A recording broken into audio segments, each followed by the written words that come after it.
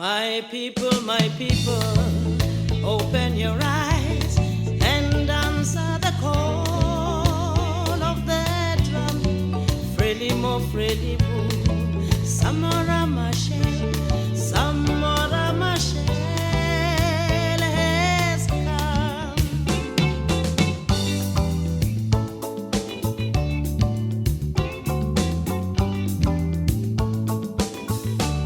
Maputo, Maputo, home of the brave, our nation will soon be as one.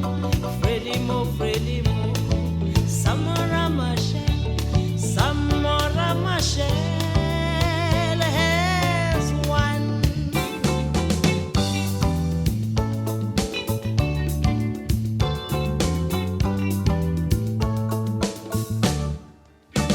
Mozambique, a luta continua, continua. Mozambique, a luta continua, continua. Thank you very much. Your Excellency, Dr. Thabo Mbeki, former President of the Republic of South Africa, and our esteemed distinguished lecturer this afternoon. As I did say earlier, we are honored and delighted to have you with us. And once again, let's give him another big and warm round of applause.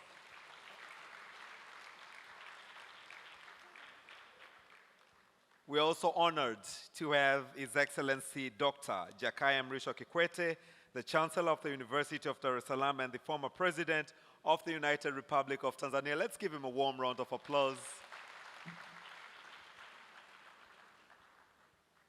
Your Excellency, allow me to also recognize the presence of Honorable Professor Adolf Mkenda, the Minister of Education, Science and Technology of the United Republic of Tanzania.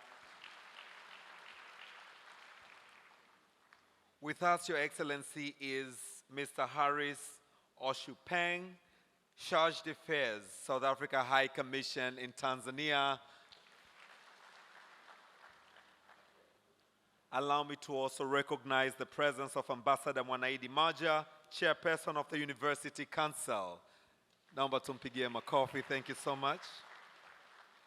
Your Excellency, allow me to also recognize the presence of Professor William Anangisye, the Vice Chancellor of the University of Dar es Salaam. May I recognize the presence of the Deputy Vice Chancellors present, distinguished CEOs of the Thabo Mbeki Foundation, Geita Gold Mine, Uongozi Institute, the Mwalimu Nyerere Foundation, and representatives of UNISA. I would also like to recognize the presence of the esteemed members of the university community, professors, students, invited guests, members of the press, ladies and gentlemen, good evening. Jamhuri ya Muungano wa Tanzania. Your Excellency, allow me to start, with your permission, by quoting Kwame Nkrumah, who once said, "When we meet for a meal under the moonlight, it is not because you do not have a meal at your houses where you could eat, or you cannot see the moonlight from your house yards, but because it's good to do so, to meet, to sit together as brothers." But I would also like to quote Mwalimu Nyerere, who once said, "Africa was once a collection of villages." I would also like to finish my quotation as we begin this town hall with the statement that was made again by Madiba, our very own, the former president of South Africa, who once said, "I dream of an Africa which is in peace with itself."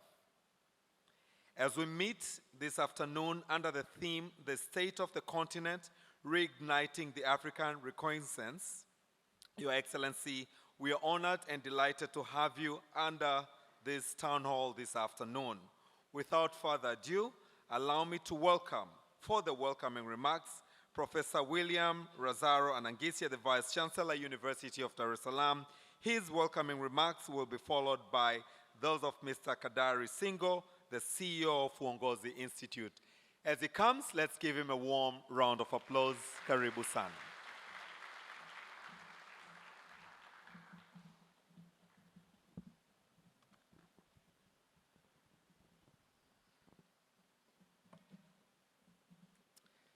Your Excellency Dr.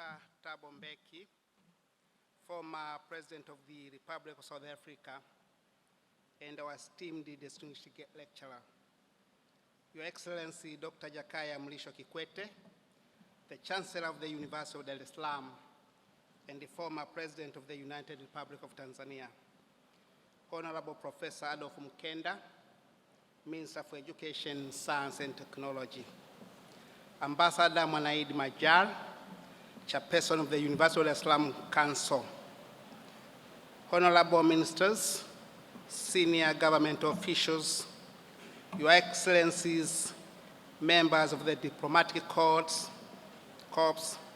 Deputy Vice Chancellors, distinguished CEOs of the Thabo Mbeki Foundation, Geita Gold Mine, Uongozi Institute, the Mwalimu Nyerere Foundation, and the representatives for UNISA, distinguished guests, professors and faculty members, students, ladies and gentlemen, good evening. It is my great honor and a distinct pleasure to welcome you all to this important and timely public lecture here in Nkrumah, the historic intellectual head of the University of Dar es Salaam. Allow me to begin by extending a very warm welcome to Your Excellency Dr. Thabo Mbeki. We are deeply grateful and immensely proud to host you today, not only as a celebrated African statesman and public intellectual, but also as one of our own. You continue to make us proud as an alumnus of this university, a place that holds dear the ideals you so eloquently champion, that is, African unity, intellectual freedom, and people-centered development. Ladies and gentlemen, today's public lecture, themed "The State of the Continent, Reigniting the African Renaissance," could not have come at a more critical moment. We are currently witnessing a surge of ideas, aspirations, and demands for deeper transformation across our continent, especially from the youth. It is commendable that this lecture deliberately includes contributions by young scholars and emerging thinkers. It reflects the spirit of African Renaissance, the essence of which is intergenerational, critical, and inclusive. The University of Dar es Salaam remains committed to its role as a vibrant site for constructive but critical thinking. We firmly believe that universities must be spaces where ideas flow freely, where truths are interrogated, and where the dreams of African people are nurtured in bold action.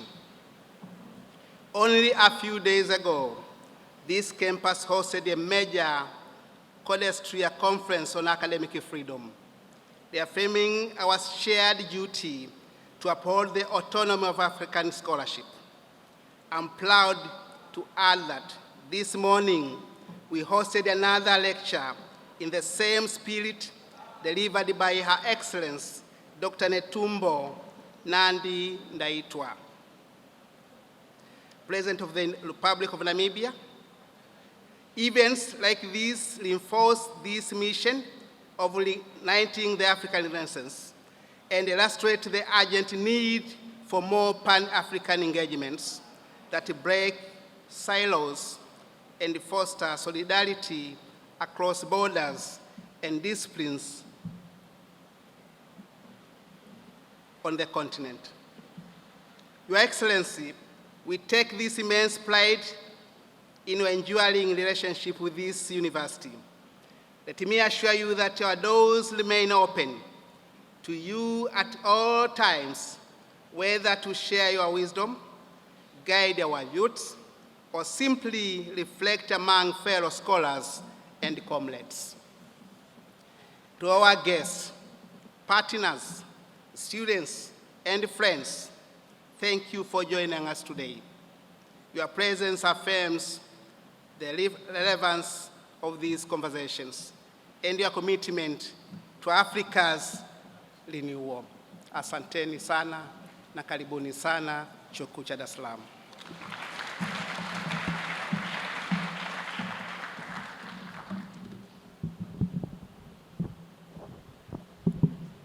Thank you very much, Professor Anangesia, the Vice Chancellor, University of Dar es Salaam, for those warm, welcoming remarks. Your Excellency, allow me now to invite Mr. Kadari Singo, the CEO of Uongozi Institute, for his remarks, to be followed by the setting of the tone by Dr. Mbuyiseni Ndlozi, the host of Power Talk South Africa. As the CEO, Kadari Singo, is here on the stage, let's give him a round of applause. Karibu-san.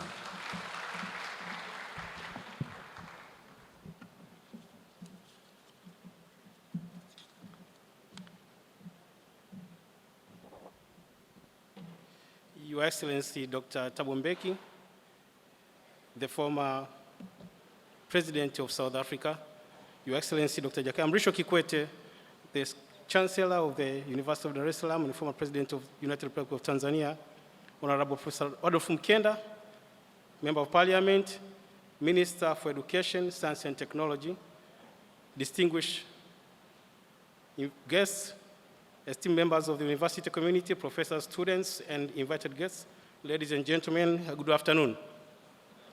And the last time I was here, I was just talking to the former President Kikwete and asking him about when he was here last. He says he was here between 1972 and 1975. It was amazing that he can even remember the room number that he stayed in from 1975. Now, my memories are different. Last time I was here was 1996. And my memory of this place is that I was escorted outside of this room by the police because we had a kunji. Those who remember what a kunji is. So those are my memories of this place. So today I'm standing here as the CEO of Uongozi Institute, and I'm so proud of this place. But it is indeed a great honor and profound privilege to be part of this significant event of the 15th Thabo Mbeki Africa Day Lecture, held as part of the 2025 Africa Day celebrations. We all know that since its inception, the Thabo Mbeki Foundation has emerged as a vital force in advancing the African Renaissance. We are honored to once again partner and collaborate with the foundation in this movement, which aims to place Africa on the path of sustainable and equitable growth. Ladies and gentlemen, Uongozi Institute has been working closely with the Thabo Mbeki Foundation on various initiatives, including the organization of African Leadership Forum, where the former President Jakaya Mrisho Kikwete is a patron. The forum serves the same purpose of creating a platform for meaningful dialogue and collaboration that promotes Africa's transformation. Your Excellency, we are privileged to continue working with you and to benefit from your visionary leadership. Your presence here today symbolizes the enduring friendship and cooperation between our institutions. Ladies and gentlemen, this year's theme, the state of continent, reigniting the African Renaissance, is both timely and significant. The concept of an African Renaissance is not new. It was notably articulated in the late 1990s by our Excellency President Thabo Mbeki, who to this day continues to live by and pursue this vital vision. His Excellency is a steadfast believer in true transformation, one that seeks to address Africa's historical challenges and revitalize the African continent. Today's lecture, therefore, is more than scholarly discussion. It is a reaffirmation of our shared commitment to Africa's advancement, and a call to reflect on what more we can do together to realize the Africa we want. Ladies and gentlemen, in concluding my remarks, allow me to once again thank you, Your Excellency, for continually reminding us of the spirit of Africa Renaissance and true collaboration. This very event exemplifies that spirit of partnership, as it is co-hosted by the institutions from across Africa. I believe that today we will benefit greatly from the general discussions and your wisdom. With these few words, I thank you all for your kind attention. Good afternoon once again.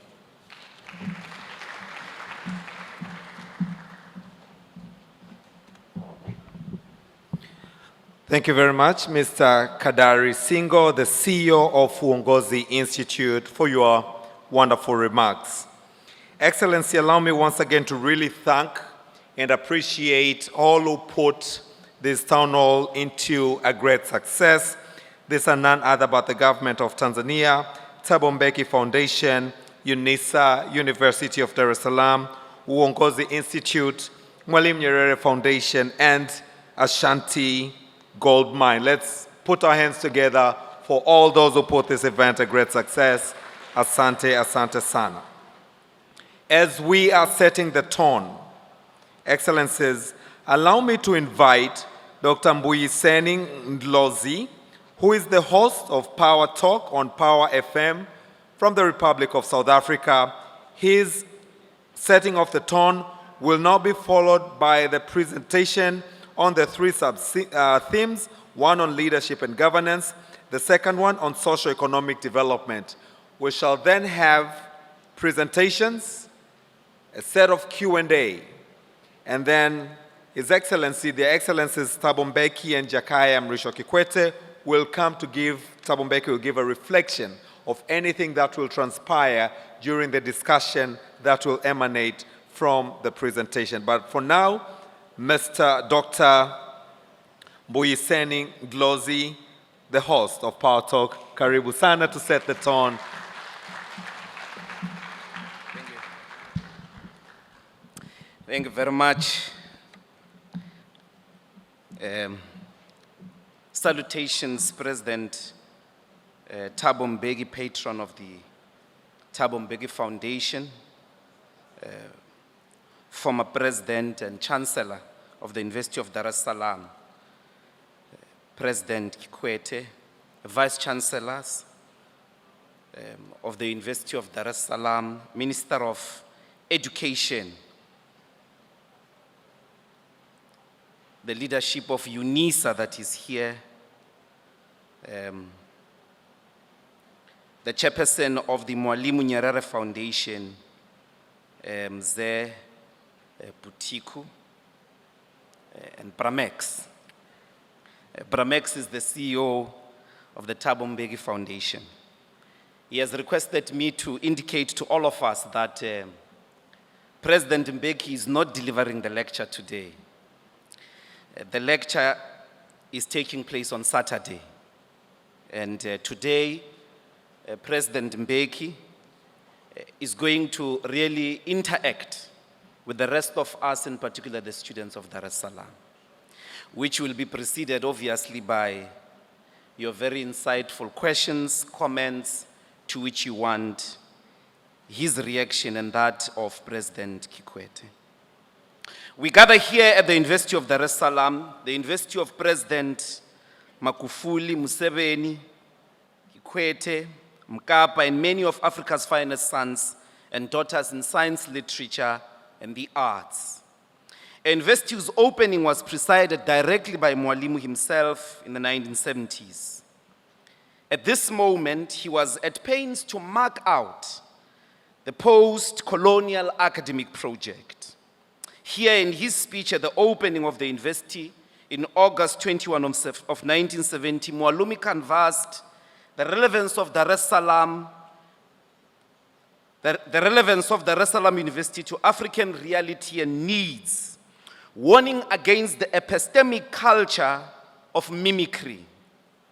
the academic disease of seeking to emulate Western academic institutions. Mwalimu was clear that this mimicry has nothing, quite frankly, to do with science itself. Meaning one could not say, I'm not going to study artificial intelligence because it was invented in the West. This is contrary to another emphasis he put on reality. In 1966, he argued right here in this campus, speaking to students like we are doing today, that the university must help the nation to face reality. And in our reality, the need for science and scientific training is desperate. Many people today, particularly those who speak about decolonizing the university, miss this point. Often they think decolonization means rejecting science because it is Western. Mwalimu would view such a proposition as dangerous as it is delusional. What is the reality? Industrial development and innovation has entered an interesting stage of machine learning, generative AI, nanotechnology, cyber, physical systems, Internet of Things, and cloud computing in what is now known as the Fourth Industrial Revolution. Meaning these developments are at an industrial scale and defining industrial production. On the 5th of February this year, CNBC International Podcast published a podcast by Professor Max Tegmark, a Swedish-American physicist at MIT, who argued that AI is posing an existential threat to humanity. He speaks of the supersonic speed with which machines are close to attaining autonomous, intelligent capabilities, and soon humans will lose control over them.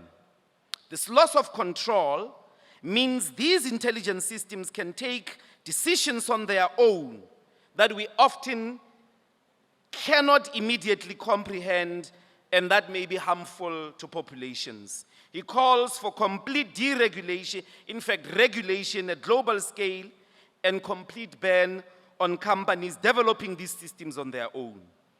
In some scientific tackles, you will know, scientists have argued that the threat posed by artificial intelligence is worse than that was posed by the hydrogen and atomic bombs, because these bombs still need a human intervention. Self-generating machines with autonomous intelligent capabilities far surpass human understanding and are reaching self-automation and self-control. What Mwalimu will never agree with is an academic project that would claim oblivion or seek to go on with life as if such developments do not affect us or they have not happened. For such an academic project would not be in keeping with his call that universities must be, and I quote, committed to the pursuit of truth. Mwalimu calls for the fast-tracking of the training in science because in his mind, science is a legitimate instrument of production of reliable knowledge upon which human development solutions and innovations can be based. It is therefore not Western in and of itself. In fact, its entire evolution up to the modern standard model principle physics, it is global, with some key developmental stages historically taking place in the continent of Africa by Africans. Mwalimu would insist that we are part of the world and must never accept to be sent to the villages to live the rest of our desperate lives in primitive conditions, only to be admired by tourists for how traditional we have been and remained despite supersonic high-tech human civilizations. Part of nature and the natural human kingdom.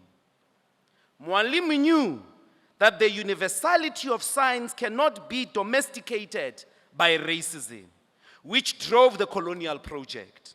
Colonization was driven by a lie, which got sustained through genocide, massacres, plunder, and systemic socio-economic zombification of Africans, the cultural domification of the continent. The Liberation Project was therefore an equally violent confrontation in defense of Africa against a lie. No one must live in the dictates of a lie that we are not part of the world, that we are not part of the scientific endeavor.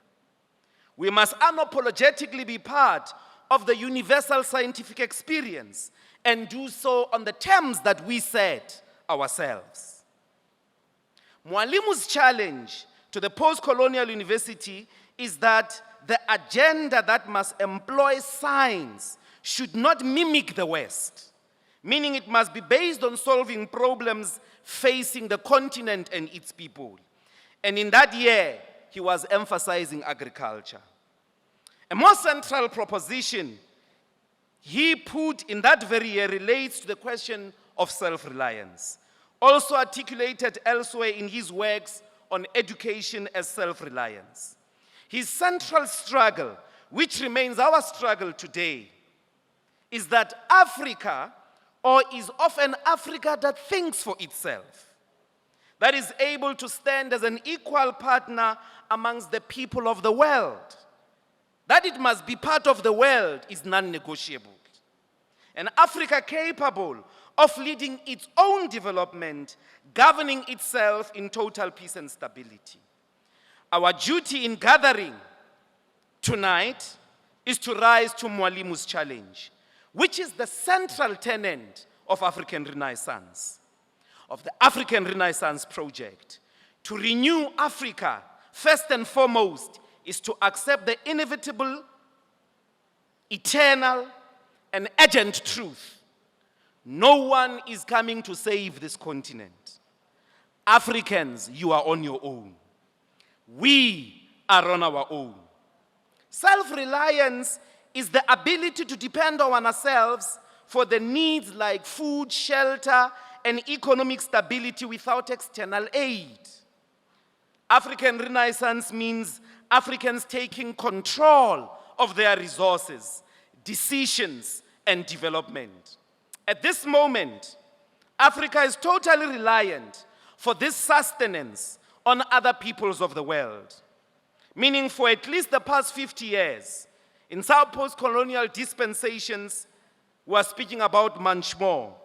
We have volunteered ourselves, our destiny, our future to others in the world, which is the greatest form of self-damification in the whole world. After 50 years of independence, here in Tanzania, it has been over 60 years. What justification do we still have to blame the West and former colonizers for our underdevelopment? How come we find it easy to steal from each other, even money meant for medication, for the sickly, to arrest and imprison each other over ideas, kill each other over ethnic differences? Yet we do not have the same determination to solve the economic problems that face us. How come we don't mobilize the West in the economic distribution of self-hate and self-division amongst each other? And yet when it comes to the positive development and the resolution of poverty, inequality, industrialization, our leaders have the audacity to say it is the West that is holding their hands and feet from developing our communities.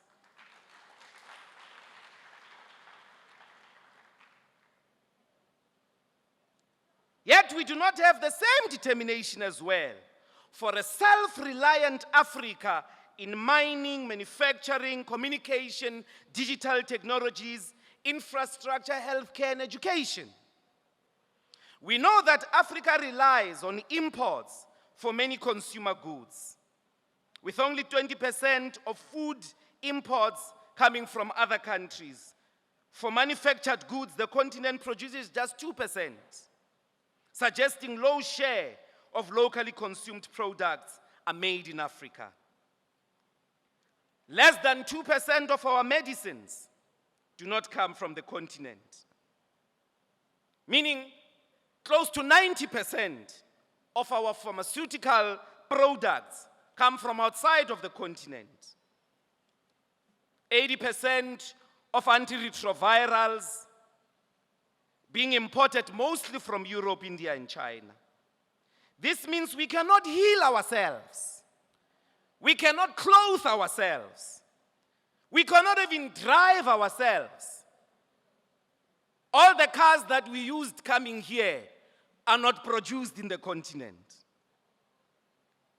We have wars in at least each of the regions of the continent. Yet well over 90% of those guns and ammunitions don't come from this continent. And out of the destruction of our lives is the profiteering of the international military-industrial complex based elsewhere. We don't even have the means to kill ourselves. But killing we are doing. President Mbeki has been at pains to also explain to us that even in thieving, the majority of the thieving in the population is not local thieves here in Africa. Through illicit financial outflows, you are even outdone in thieving by the Western thieves in Europe as well as North America. I'm not saying that we must compete in criminality. Our call here, therefore, today is a simple one. The genesis of our freedom is we must be responsible for ourselves. This is the true meaning of liberation. This is the true meaning of freedom. The capacity to be responsible for ourselves. So why are we here today? We are here to start a rebellion. We are here to repeat after Mwalimu that education is not a way of escaping poverty. It is not a way of escaping the country's poverty. It is a way of fighting against poverty. We are here to remind Tanzania of Mwalimu's development as rebellion. Your education here in these lecture halls must lead you to rebel against the spirit of mimicry of the West, the spirit of plunder and of war. The intellectual academic project must employ the scientific tools, not in pursuit of Western questions and problems, but it must employ scientific tools to answer the questions of Tanzania, of Zambia, of Uganda, of the DRC, and the rest of the diaspora. We must fight against every obstacle, regardless of who puts that obstacle. Even if that obstacle is put by ourselves, each and every obstacle that denies us to be responsible for our freedom, to be responsible for our destiny, to account for ourselves, it must be crushed once and for all.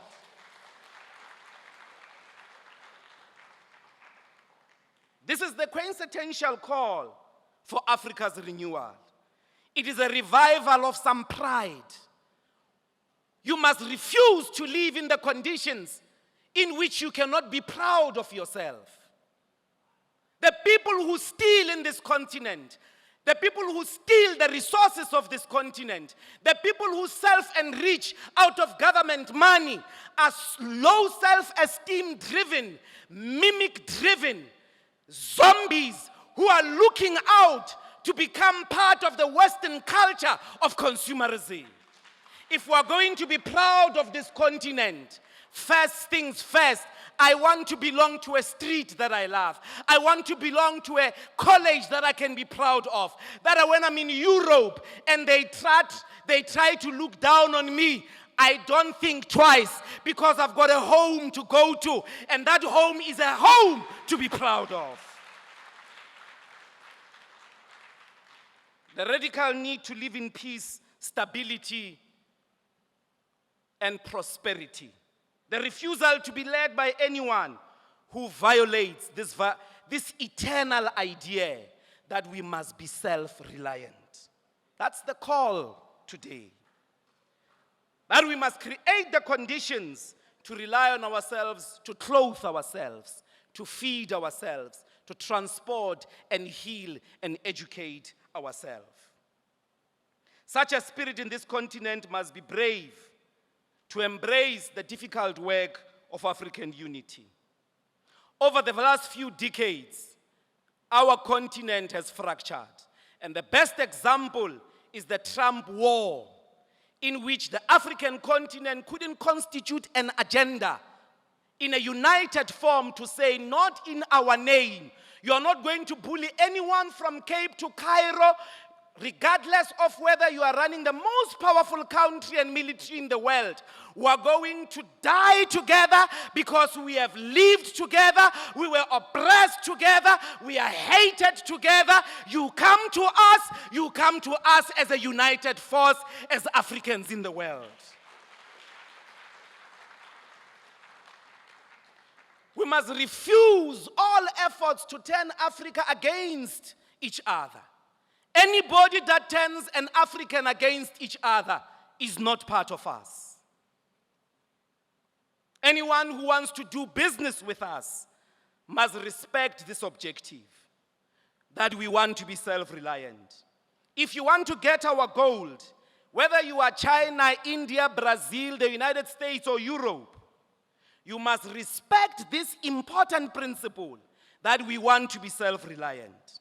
So if you want to take our gold, if you want an exchange of our gold, you must know that you will have to come with a trade deal that allows us to attain self-reliance in the entire gold chain, the chain in the gold trade. If you want our rare earth minerals, you must give us a trade deal that allows us to empower local manufacturing of digital technologies, including building high-speed internet in universities and public facilities. A university must be a place of the fastest internet on earth, everywhere, anytime. There must be internet everywhere. In the bedroom, in the dormitories, in the canteen, because learning is like a spirit. It can awake anytime. And when it awakes and that fire comes, you must be able to tap into the universal portal of knowledge and science. Here, in this hall, we must reignite the spirit of commitment to this continent. We must live here knowing that there is no European President Mbeki, there is no American, there is no China that will ever liberate this continent. They cannot do it. They are not Africans. How could they know what Africans need? It is Africans who must set the agenda, live to the best standards of that agenda in as powerful a way that is so self-sacrificial. Only Africans can define that agenda, not China, not Europe, not India. You here, right now, are the Africa that we need. You here, right now, are the person that we are here to reignite. You here, right now, must be responsible for the renewal of this continent. You here, right now, must make sure that Tanzania is a place to be proud of. You here, right now, are responsible for reigniting African Renaissance. Forward with self-reliance, forward with Africa's renewal. Asante sana.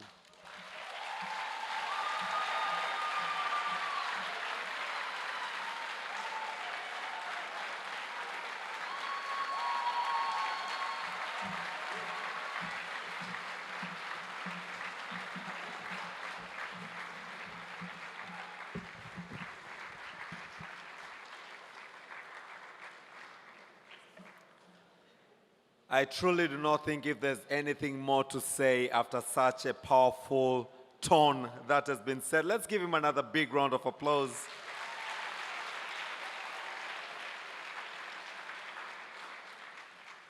As we reignite the African Renaissance, Your Excellency, in this Nkrumah Hall, allow me once again to reflect just by a quotation, once again by Kwame Nkrumah, who said, "I'm not an African because I was born in Africa, but because Africa was born in me." And this is what we should be is really centered along the tone that has just been set. Your Excellency, allow me now to bring to the stage Ambassador Azizi Mlima from Uongozi Institute, who is coming to talk to us on leadership and governance. Ambassador Aziz Mlima will be followed by Mr. Simon Shayo, a UDSM University of Dar es Salaam alumni, who will be speaking on socio-economic development. As he comes, let's give him a round of applause. Karibu sana.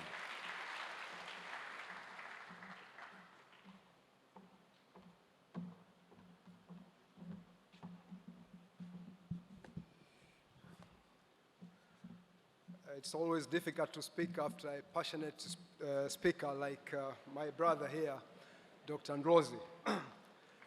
Excellency President Thabo Mbeki, the patron of Thabo Mbeki Foundation and former President of Republic of South Africa, former President Jakaya Kikwete, Chancellor of University of Dar es Salaam and former President of United Republic of Tanzania, Professor Adolf Mkenda, Minister of Science and Technology, Professor William Mwanangisye, Vice Chancellor of University of Dar es Salaam, Ambassador Monaidi Maajal, the Chairperson of the Council of the University of Dar es Salaam.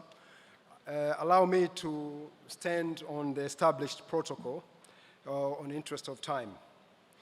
Today I'm going to talk about leadership and governance, but my focus will be on the economic sphere. Today we reflect on the intersection between leadership and governance and why both are very important for navigating today's global and national challenges. We know they are very crucial for spearheading the African Renaissance. How do we define leadership and governance? We all know in this room, but just to highlight, leadership is about vision, influence, and direction, a strategic direction, while governance is the system and process of decision-making and accountability. Mwalimu Nyerere, our founding father of this nation, provided the philosophical guidance of economic development of any nation. And he pointed out four major qualities or four major items which we really need to have in order to develop. And the first one was the skilled manpower. The second one is land. The third one is a good political climate. And visionary leadership and good governance. All this, if you try to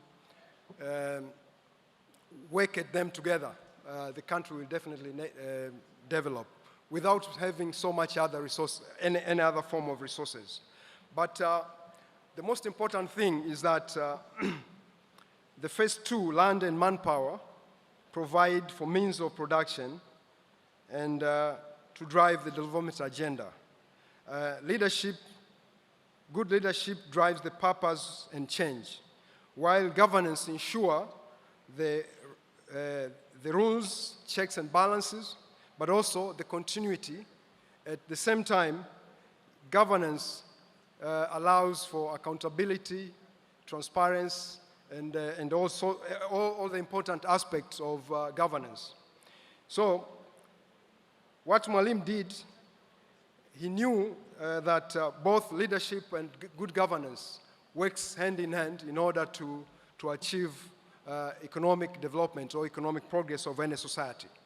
But we know what the priorities were during the time of Mwalimu. We didn't achieve much of economic progress because he had to build a nation first.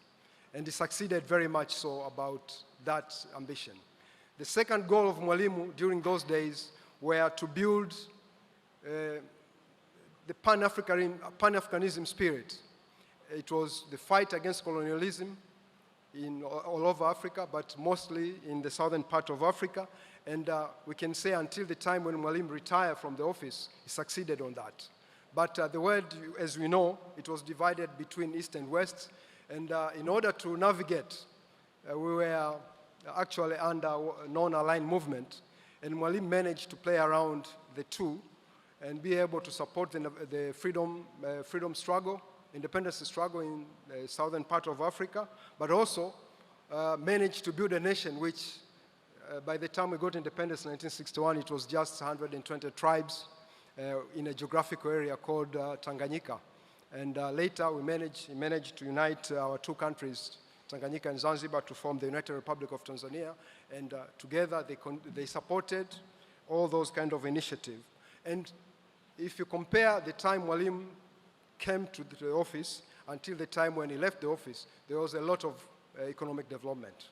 But this underlines the importance of effective leadership. Mwalimu achieved those goals. But what are the importance of effective leadership?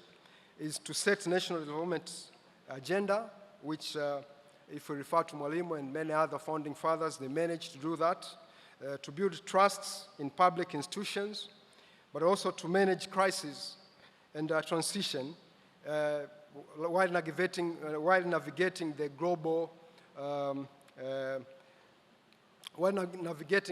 crises and issue at that time when you had two global, you have the global East and global West, but also you had the developing countries like our nations in sub-Saharan Africa.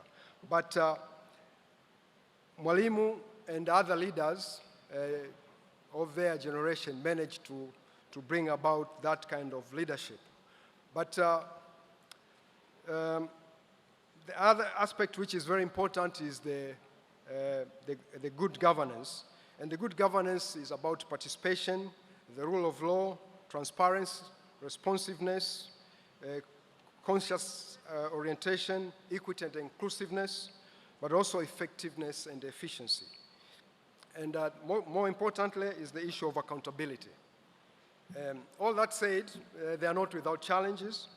And most of the leadership challenges of our time is the issue of turnover without institutional reforms, the issue of corruption, and weak accountability, but also the issue of limited participation, and also policy inconsistency and short-termism. And this is the most important aspect when it comes to the African Development Challenge, because we have this elective cycle whereby the office bearers usually just look at their political cycle, 5 years, maybe 10 years in office, and there is no continuity which allow to give some consistency in the economic development or in economic space. But also there is a disconnect between academic research and policy making. And these are the challenges which we need to address. Okay, ladies and gentlemen, the important role played by both policymakers and academia in national development agenda cannot be overemphasized. Policymakers have a very specific role to provide strategic direction grounded in evidence, invest in leadership development and ethical institutions, but also to align policy with long-term governance goal.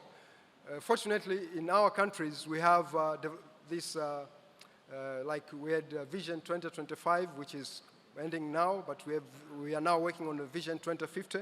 But these are supposed to be long-term goals, but also each regime which comes to the office, or each office, should have consistency in applying those development goals. Otherwise, you may just find that you are dealing with what are the key priority at that particular time, and that can only be key political priority, but they're not economic. And that can make stagnation in our development agenda. But also to foster public and to foster public trust and civic engagement.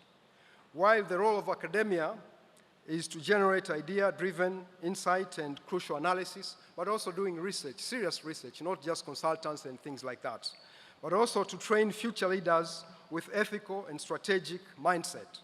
We also need, the academia need also to serve as a watchdog and conscious of the society. The academia also needs to promote policy innovation through research and innovation. However, it is important to have a synergy between leadership and governance. A strong leadership improves governance framework, but also good governance sustains effective leadership beyond individuals. A strategic alliance between academia and policymakers ensure that they are evidence-based and sustainable, but also drive the development agenda. Before I conclude my presentation, I would like to share with you a Malaysian experience. This is out of Africa, but it covered during the period of Dr. Mahathir Mohamad. He was the Prime Minister of Malaysia, 1981 to 2003. Malaysia case under Dr. Mahathir Mohamad, he wanted to establish the industry, heavy industry in Malaysia, and he launched what is known as Heavy Industry Corporation of Malaysia, Berhad, which was known as HICOM.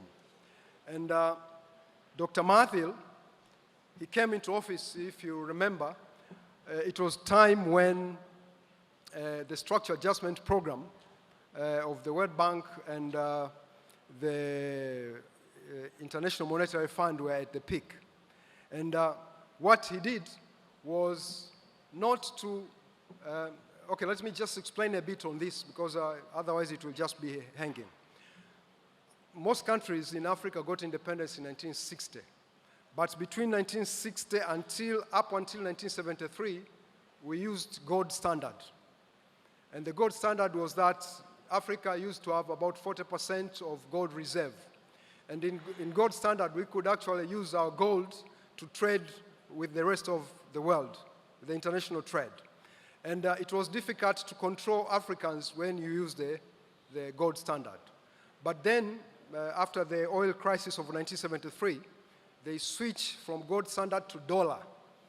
And I'm sorry to say in this part, and I'm a diplomat, I'm not supposed to say this, but since this is an academic institution, I think we should discuss this openly.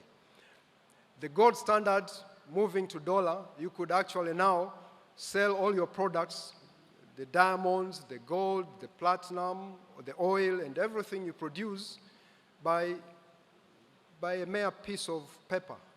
And that was not just US dollar, it was all the convertible currency during those days. So what happened since 1973 up until 1980s, most of the African countries, which initially could probably export a ton of coffee and get 2 tractors, now they have to export maybe 5 containers of coffee to buy just 2 tractors. And that was another level of economic dependence which was created during those days. And what happened in the 1980s, most of the African countries were not able to pay their debts. So the structure adjustment program came in. And that added another layer of exploitation and dependency. So what Dr. Mahathir did was not to go into that debt trap, to start, follow the prescription of the World Bank and International Monetary Fund. So what he did was to train, and this is what he said himself. He came to the office as a medical doctor. And as a medical doctor, when you have a patient coming into the emergency room, what you need to do is to stop the bleeding. And stop the bleeding was to stop the indebtedness. And then what he did, he trained the best talented Malaysian students and he sent them to all best universities in the world. And he initiated the industry, as I said in his HICOM, the initiative. He brought in industry, Daihatsu, with MOU with the Japanese to produce cars which were supposed to be used within Malaysia as an automobile industry. And the car industry supports more than 100 other industries. And by doing so, all those graduates who went, all those best students who went to other universities, top university in the world, when they came back, when they went back to Malaysia, they were now expert in their areas, and then the mushrooming of the industries in Malaysia took place. And the same can be said to South Korea under General Park, but I can see the moderator here is coming to remind me that I should conclude, and I have to do so. But to finalize or to conclude, economic development needs the following characteristics, the following pillars. You should have land, you should have skilled labor, you should have capital, you should have infrastructure development, but also you should have friendly policies for investment and industrial development. And now we're talking about the fourth industrial development. So the university platforms like this one need to train the best brains in the area of artificial intelligence, coding, and so forth, so that we are not going to do the catch-up. We have to be part of the community which drive the innovation and development in the world. Just like the M-Pesa application was found here in Africa, so we can actually do it. And the final pillar is to take the opportunity of comparative advantage of the continent. This is the only continent which you can see it is like at the center, and we have all the resources, we have almost everything, we have the brains, but if we tap into the brains and we tap into the good leadership and good governance, we'll definitely be able to succeed, just like the Southeast Asian countries did in a span of 20 years to 30 years, most of them. So let me conclude by saying that let us commit to ethical, strategic, and inclusive leadership and governance. More importantly, African Renaissance, just like the East Asian success stories, require exchange of ideas, more competition, stronger creativity, and above all, the opportunity for all those with talent to build up new businesses can take on the world market. Utajiri sio dhambi. Mwalimu once said, it can be done, play your part. I thank you for listening.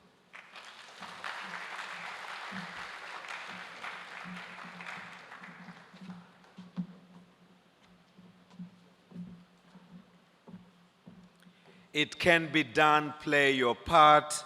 Let us give Ambassador Azizi Mlima another round of applause for that fantastic presentation on leadership and governance. Your Excellency, allow me now to bring onto the stage Mr. Simon Shayo, a former UDSM alumni, as he comes to ponder on socio-economic development. As he comes, let's give him a round of applause. This will be followed by Q&A from the remaining of the speakers. Karibu sana.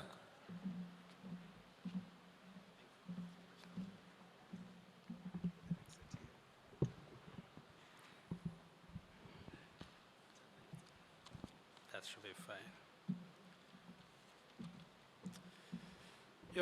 Your Excellency Thabo Mbeki, the former President of South Africa and Chancellor of the Thabo Mbeki Foundation, Your Excellency Jakaya Mrisho Kikwete, the former President of the United Republic of Tanzania, and the Chancellor of the University of Dar es Salaam, and many other leadership roles.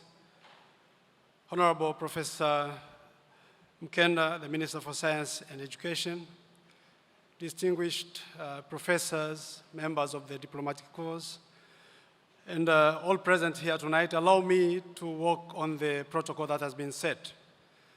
Indeed, I'm very humbled to be here. I know when you start outlining the alumni of the University of Dar es Salaam, I probably will come on the bottom of the list, knowing that those of you who are seated here came to this campus long, long before those of us who are talking here did so. So I'm speaking here with a lot of humility. And having heard from the professors and so eloquent speakers, what else do I need to say?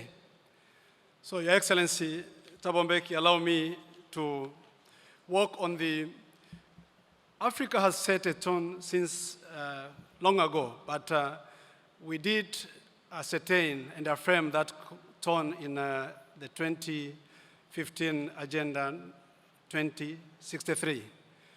And questions that should be asked now, 10 years inside the Agenda 63, is are we heading where we wanted to head with Agenda 2063? the space the topic I've been asked to speak about is just one of the many aspirations, the 7 aspirations that the African people had when we were setting Agenda 2063. So I will probably just ask in terms of questions, are we heading where we want to head? And you said it, Doc, and I don't want to repeat what you said. Mine will be nothing. So until when? So everything I say will be until when? Until when we cease to see the young boys and girls, the sons and daughters of Africa, drowning in the waters of the Suez and other waters, trying to run from their own motherland. Only then will we be able to say Africa has attained socio-economic development. Until the time when we will cease to see our brothers and sisters being buried in the debris of falling grounds because of unsafe mining conditions, only then will we be able to say Africa has attained socio-economic development. Until when we will start seeing mothers delivering safely and no mother wasting or losing life because of the journey of bringing a life to earth, only then can we say Africa has attained development. Until the time when we will cease to see money flowing from the coffers of our nations to foreign countries in Europe and America, in the individual accounts of our leaders that we have entrusted to those resources, only then can we confidently say that Africa has attained the socio-economic development it wanted or dreamt to attain. Until the time we'll stop seeing blood flowing into the rivers of the DRC, Southern Sudan, the Biafra of Nigeria, and many other African countries, only then will we be able to say Africa is peaceful, and so this is a continent that can together achieve shared prosperity, develop together. We cannot talk of socio-economic development as if it is something that you can attain in the sky. Until the time we'll stop seeing those who are talking about the freedom of speech being forced to run from their own countries or have to go to jail for that, only then can Africa claim to have attained socio-economic and sustainable development. Until the time that every young African who has worked so hard, finished their secondary school or whatever level of school that will bring them to the highest level of education, be able to attain that highest level of education without necessarily having to live and starve long hours without a meal just because they are studying, only then can we say that Africa has attained the development it wanted to attain. So I'm talking here about having, we are proud that we already have almost 50-50 in terms of admission, Prof, if I'm not mistaken. But how many, even if it is 1%, of those are forced to drop because they cannot pay for their education to the final year, while myself and few that can afford 4x4s are driving those because our roads are not good enough. So until then, can we say Africa has attained the journey it wants to attain, the journey of sustainable development? So I'm challenging myself, younger people than me here, other Africans, to try and reignite the African Renaissance by living the dreams of our forefathers, but the dreams of our living leaders who are so much inspiring and yet watching Africa dragging its feet with all the potential that we have. So, Your Excellency, tonight we'll want to hear the conversations about what is it that is holding Africa back. And I'm not going to say what is it because alone I can't. So together, let's ask ourselves, until when will Africa continue to sit on itself, sit on its potential, and watch the world prospering while Africa is becoming a sorry story? Thank you for listening.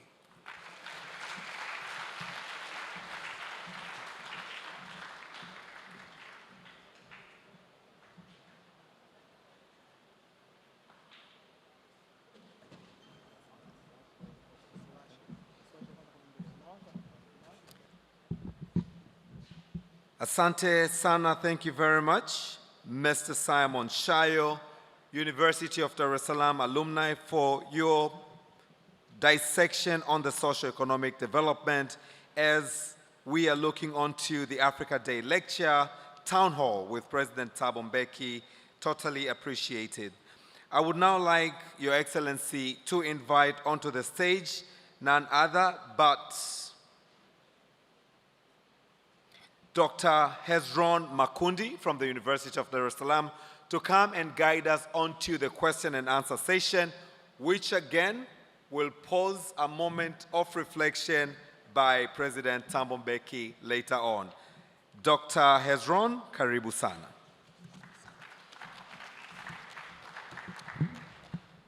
Thank you, Austin. Your Excellency, President Thabo Mbeki, kindly receive the humble and sincere apology from our team of organizers for this town hall for not starting on time. We are honored to have you here to engage in this dialogue about the renaissance of our motherland, the African continent. So the discussion will be in two parts. The first part will be to finalize the talks from the prepared speakers, but this time rather shorter, and then the other part will be opening to the audience. So we will start with Professor Anthony van Nieuwkerk, if I got it right, from the University of South Africa, UNISA. He's going to provoke the discussion on the sub-theme on security and Pan-African unity. You can come to the podium. Let's clap for Professor Anthony, and you have 5 minutes, please.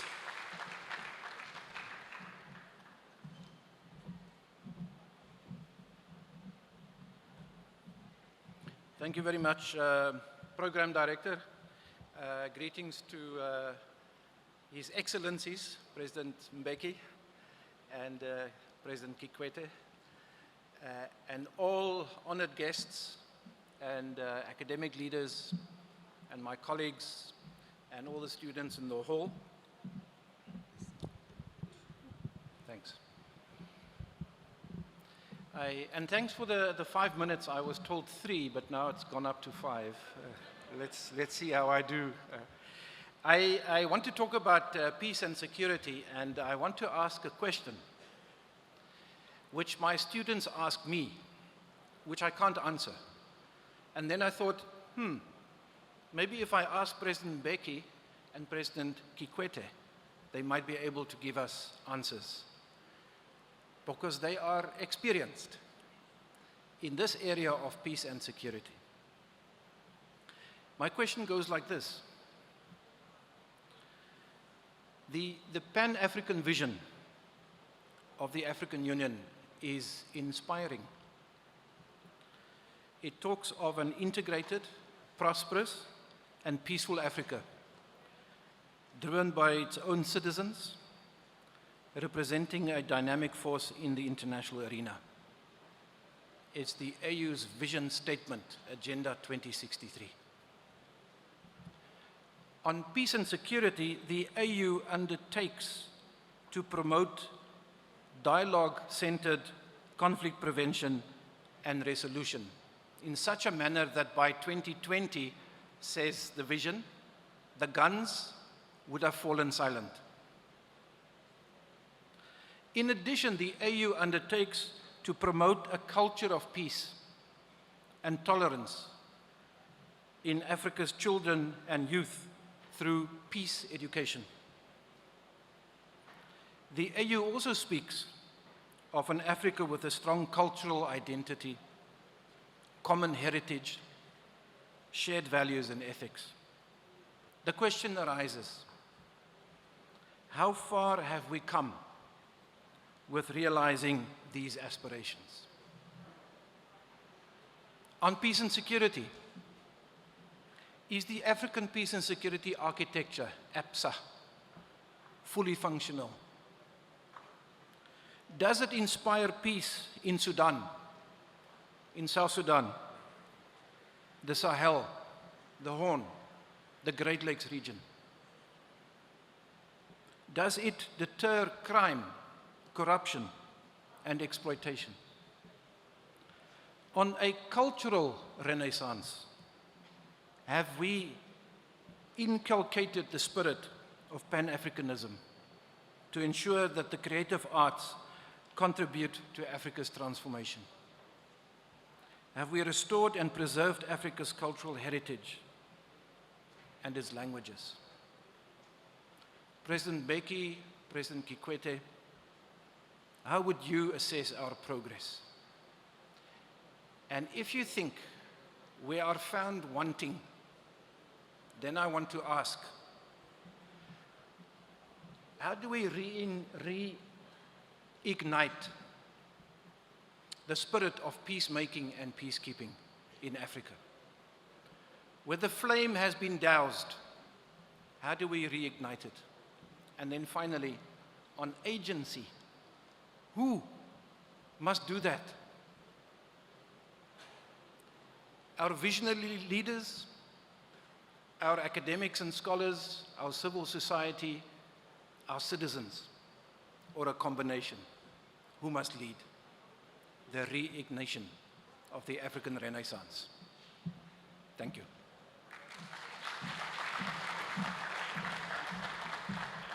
Thank you, Professor Anthony. Another round of applause for him.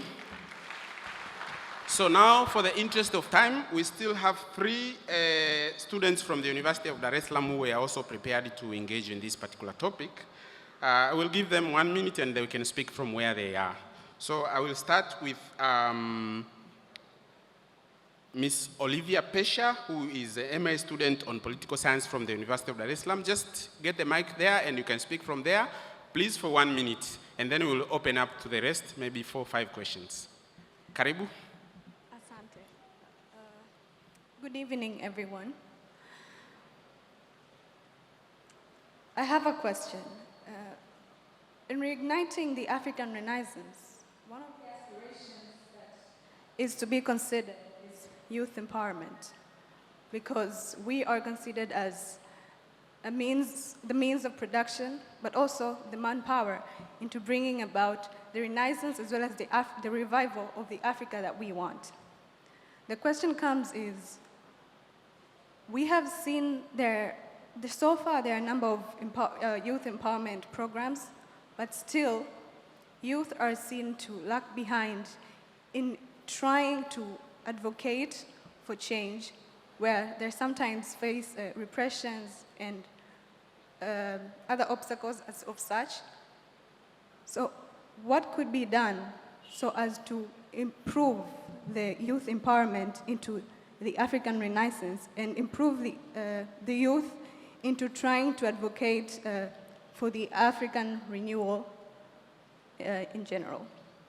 Olivia, thank you very much. You have done a wonderful job just posing a question, and you set also the environment for His Excellency President Mbeki to also reflect on that.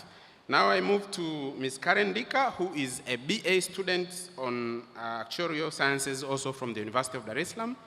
Let's provide the microphone for her also. Good evening, everyone. All protocols observed. I stand before you as a voice of the youth, representing 60% of our population in Africa. My major concern regarding youth is specifically on the aspect of unemployment. A lot of youth in our country are facing this huge problem, and it seems as though it is a cry for help which is yet to be fully answered. Now, my question is not only targeted to His Excellency, President Thabo Mbeki, it is targeted to all stakeholders here.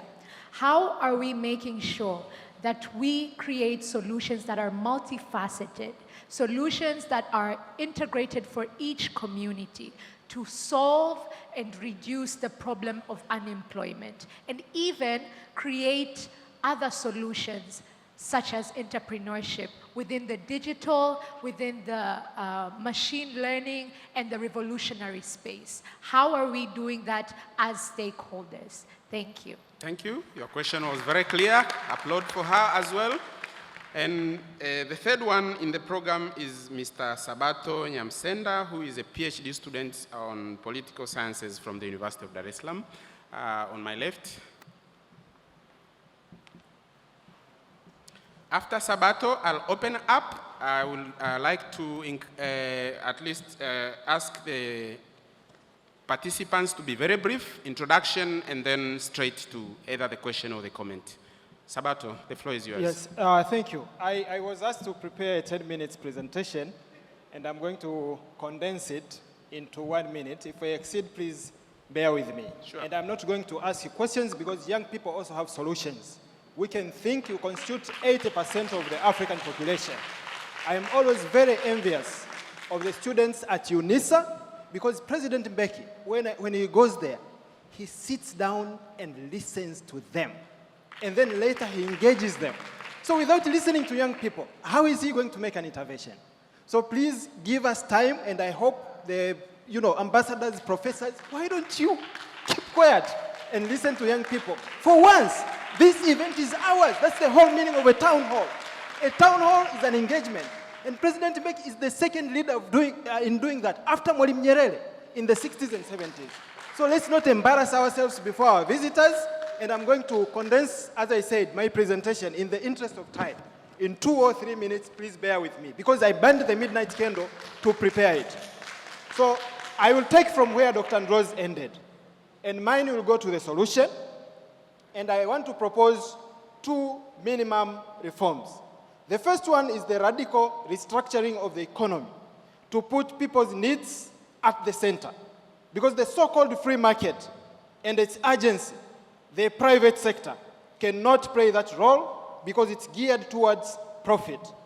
Our production system, both industrial and agricultural, will have to be reorganized to produce goods that fulfill the needs of our people.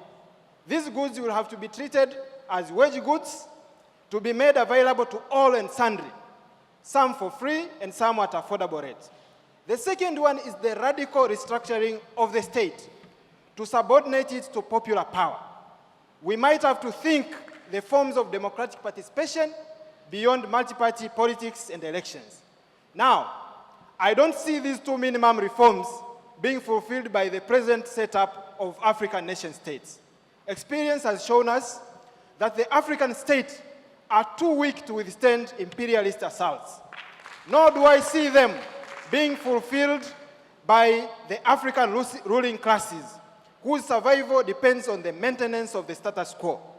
Actually, our rulers keep setting agendas to be fulfilled in the distant future, when they will all be dead, and therefore they will not be held accountable.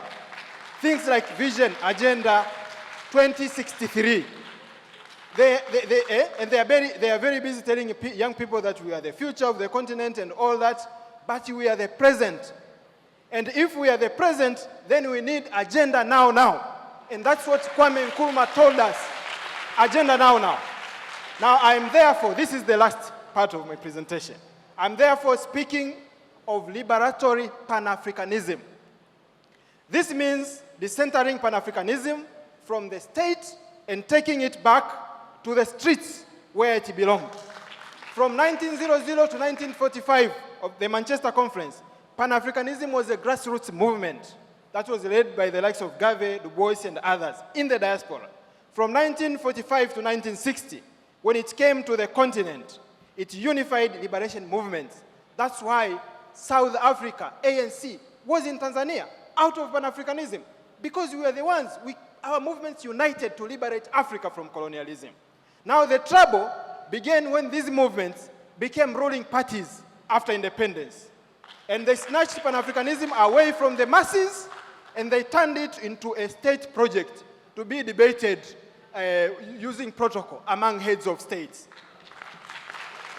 And therefore, I am proposing that it's time to take it back where it belonged, to the masses. And that will entail building a unified Pan-Africanist grassroots movement that links the streets and villages of Africa, from Cape to Cairo, Morocco to Madagascar, with the working people who are the major victims of the policies that we are talking about at the center. That is the end of my presentation, and I'll be glad to engage more. Thank you. Let's clap for Sabato. Thank you very much.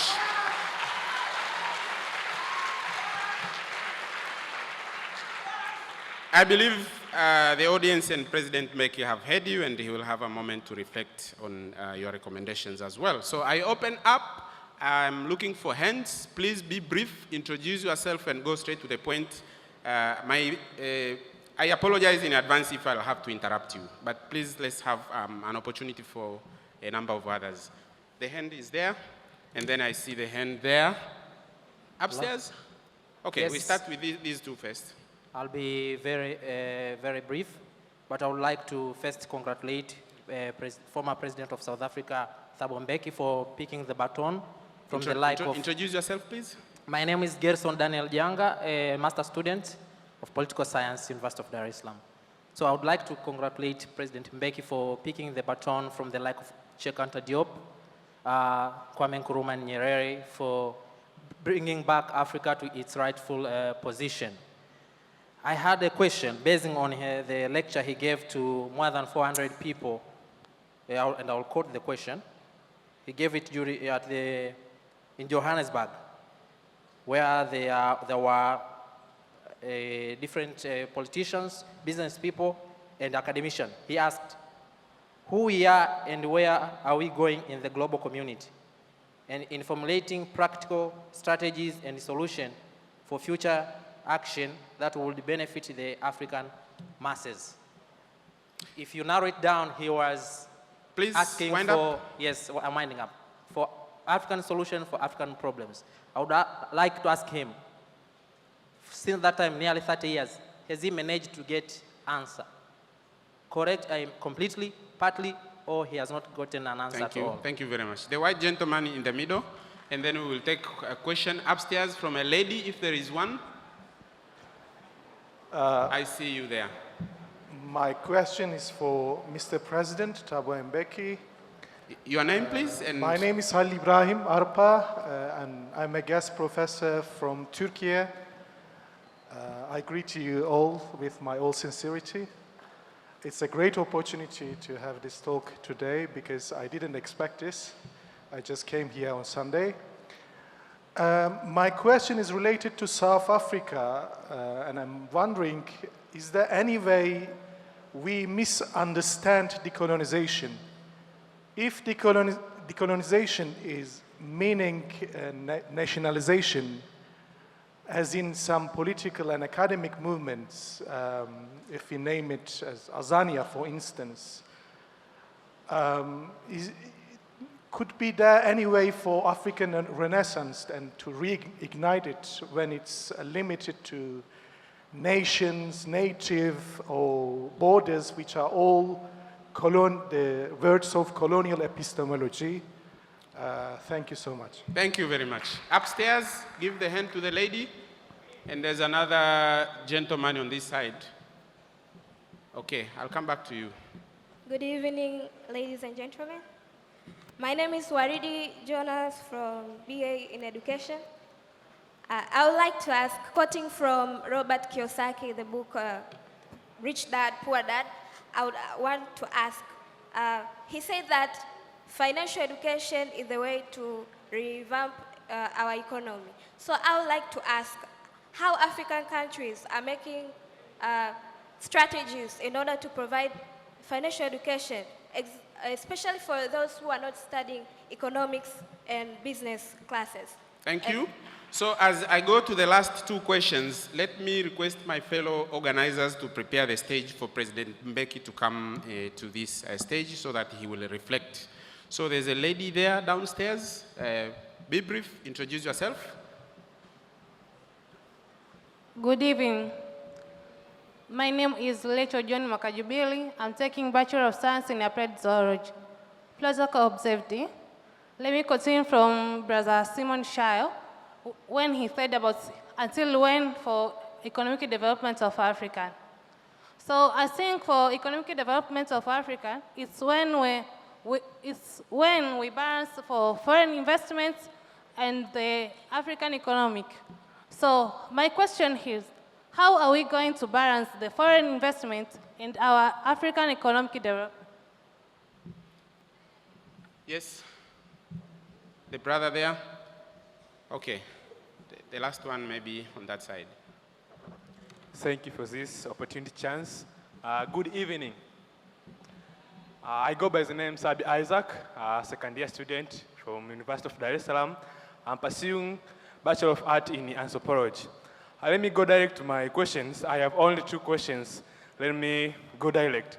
My first question is that this is the African education system preparing young people for realities of the modern job market and how you can help African youth to accomplish their goals and to solve the unemployment consequence. My second question is that how is African addressing the challenge posed either internal or external challenge like economic consequence, political instability, disease, unemployment, and climatic change? Thank you for this opportunity chance. Okay, the very last one. The very last one. Thank you so much. Good evening. My name is Logic, a student of political science here at the University of Dar es Salaam. First of all, I wanted just to remind ourselves that as we continue with this dialogue, we are standing in between centuries of atrocities, humiliation, and undermination of Africa. And in the future, we have 2 options: continue to debate forever or taking action. And I suggest that we take action. And so, this reminder is going to answer the question of Mr. Shayo. All the question he posed until when Africa will be free is just answered in the single term. And I can see we are beating around the bush, and some words sound like a taboo to mention. That capitalism that was embraced after independence failed to prove its promise, and so socialism is the only answer, and the only answer Africa can realize its potential. And so, thank you. I want just to finish, and two seconds, to the young people, that this African Renaissance shall never be televised and will not be brought from the heaven. It's you and I to take action. This Renaissance will be built by workers in the streets. This Renaissance should be debated in school in our classes. And so by finalizing that, we as a student, we organized an event and we are launching a students organization called Africa Kwetu to continue this legacy in pursuing African unity. Thank you. Thank you for all who had an opportunity to engage, and apologies for those who I could not reach out. I'm sorry. Now I hand over the stage to my colleague, Mr. Austin Makani. I'm sorry. No, you did not. Please respect. So I've finished the session. I hand over to Mr. Makani. Thank you very much.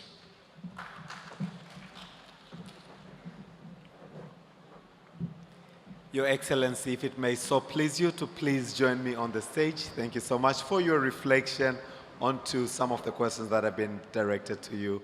Karibu Sana. As it comes, let's put our hands together for His Excellency Thabo Mbeki.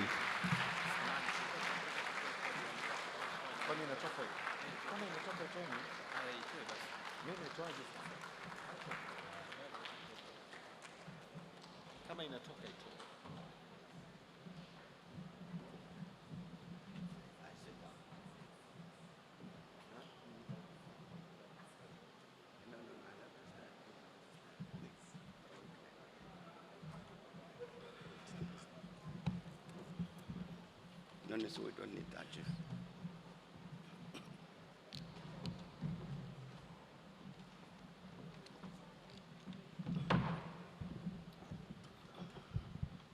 And thanks a lot,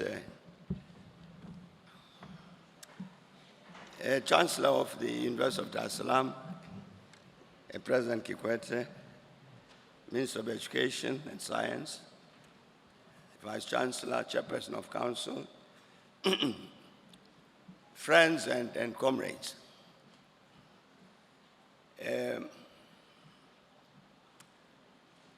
I think it was correct for one of our colleagues here to talk about the fact that we start a bit late. We were informed that because Her Excellency, President of Namibia, had come,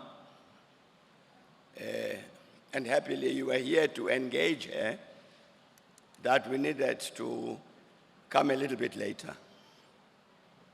I think the delay was proper. I'm very, very glad indeed that you stayed so that we can have this short engagement. Our scene setter, Dr. Ndlozi, I was very glad when he said, I'm not here today to lecture. I've been looking for a job at the University of Dar es Salaam as a lecturer. I hope they give me a job.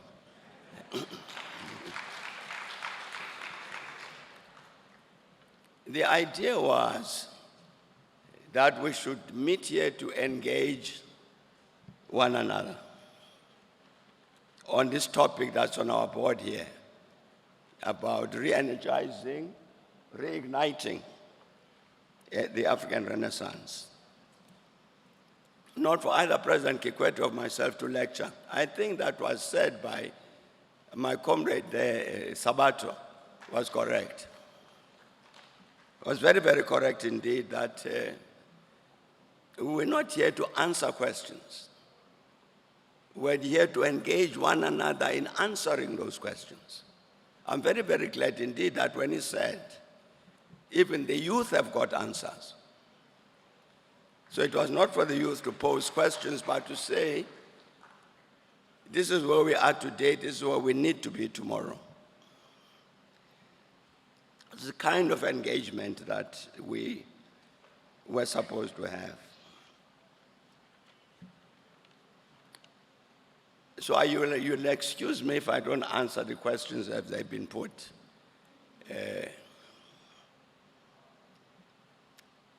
The word Renaissance, we know all of us what it means. It means a rebirth. So when we talk about an African Renaissance, we're talking about an Africa reborn. Dr. Ndlozi, I don't know whether we all know what that means. What is this Africa that we imagine?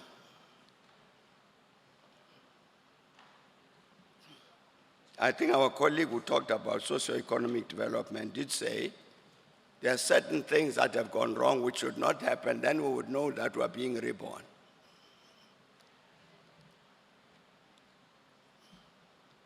One of the great strengths, my view, one of the great strengths of the OAU and the AU, these continental organizations,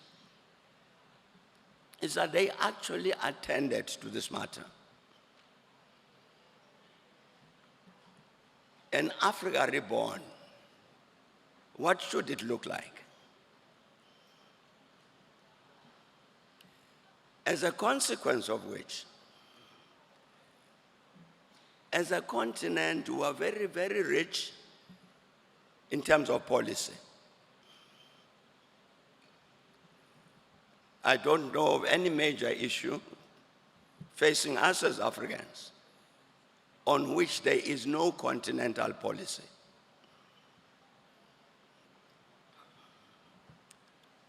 The politics of our continent, issues about democracy, accountability, good governance, all of that.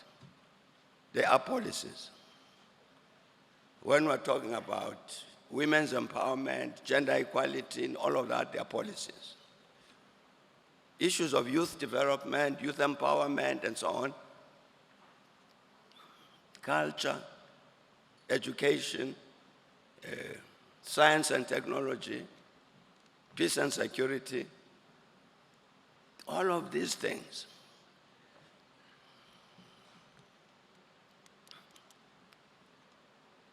If I asked, if we had time,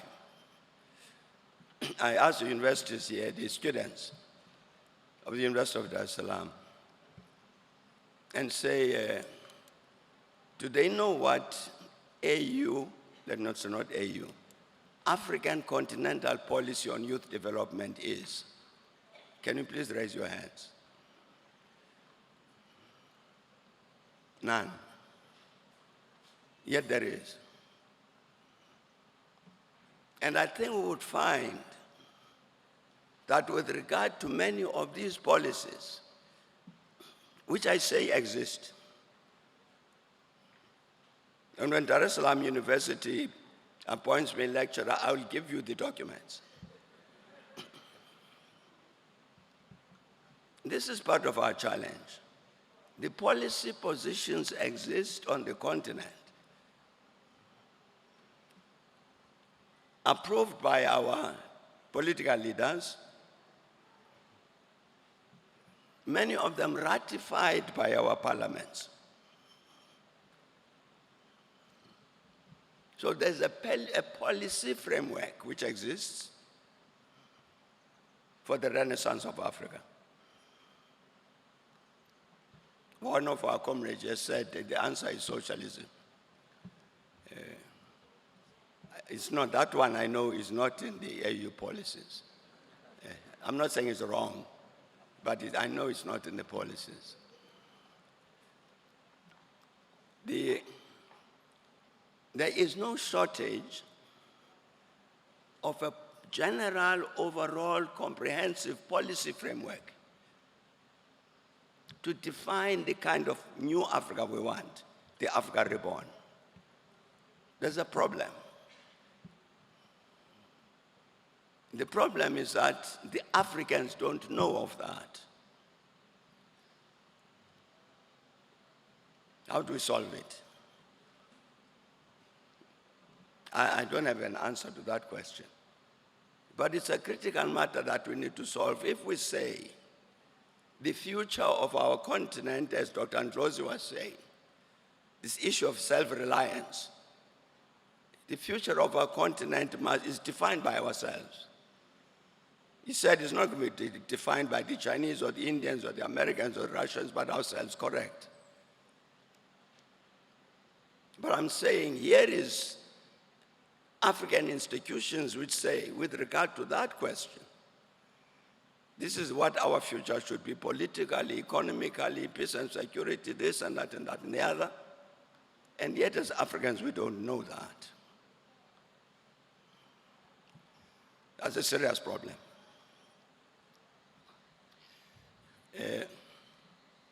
President Kikwete, other people, his age, my age, a bit younger perhaps, will also know that at a certain point in our history on the continent,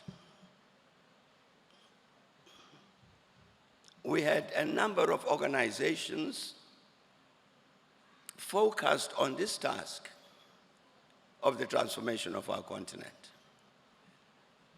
Some of our presenters have put this matter about agency. What's our role? These visions that we have about our continent, how do you bring them about?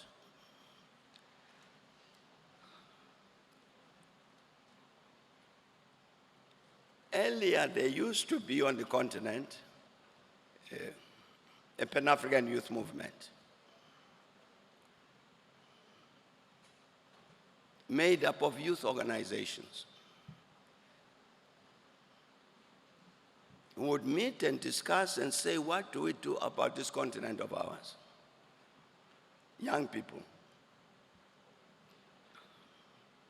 Where is it now? It's disappeared. There was an African Students' Union. And the students' unions of various countries all across the continent would meet and ask this question and answer it. What do we about our continent, including its education and all of that? That disappeared.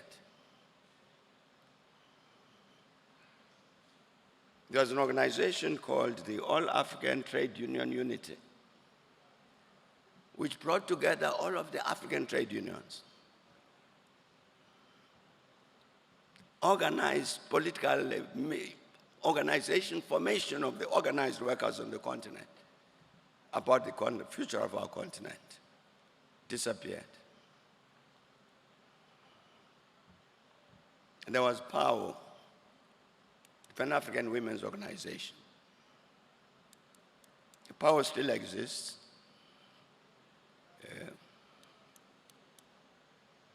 I saw its president not long ago. She participated in the inauguration of the president of Namibia, was here earlier today. We didn't have time to discuss power. It exists, but you don't feel its weight. The voice of the African women, that's the body which brought together all of these African women's organizations, would say, as the women of Africa, this is where we want Africa to go. I'm saying it exists, but I don't feel its weight. It's an issue of agency. Our colleagues ask about how do you solve a question about youth employment, youth empowerment, and all of that. I'm saying that the youth need to be party to the answering of that question.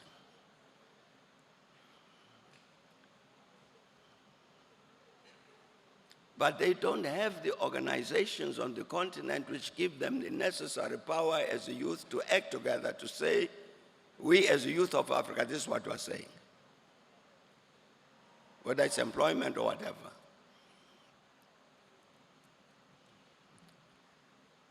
One of the organs of the African Union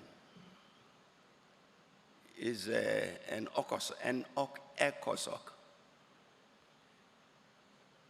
which brings the cultural, social, and organizations. And that is the task of it.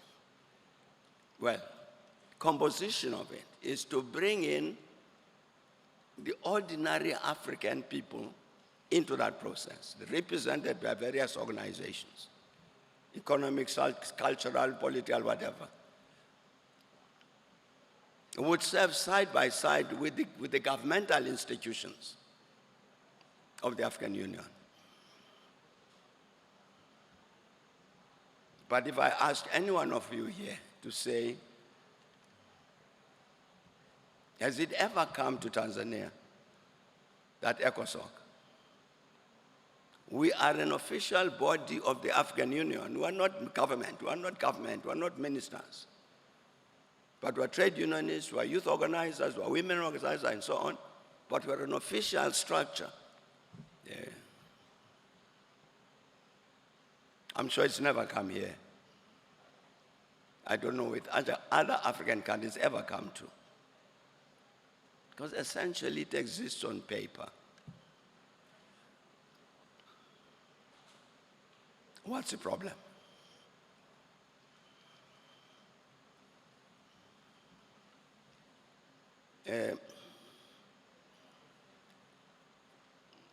I'm going to tell you one or two secrets.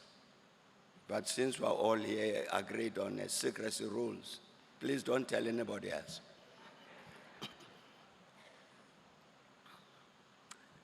There were presidential elections in Cote d'Ivoire 4 years ago. The opposition parties got together and they contacted me to say, as you know, there are presidential elections in Cote d'Ivoire later in the year, but there are certain things that are not right. And so we'd like that the presidential election should be postponed so that we, the Ivorians, can sort out the things that are not right. And one of the things that they said was not right was the constitution, the composition of the electoral commission. The matter had been taken up to the African people, the Court on Human and People's Rights,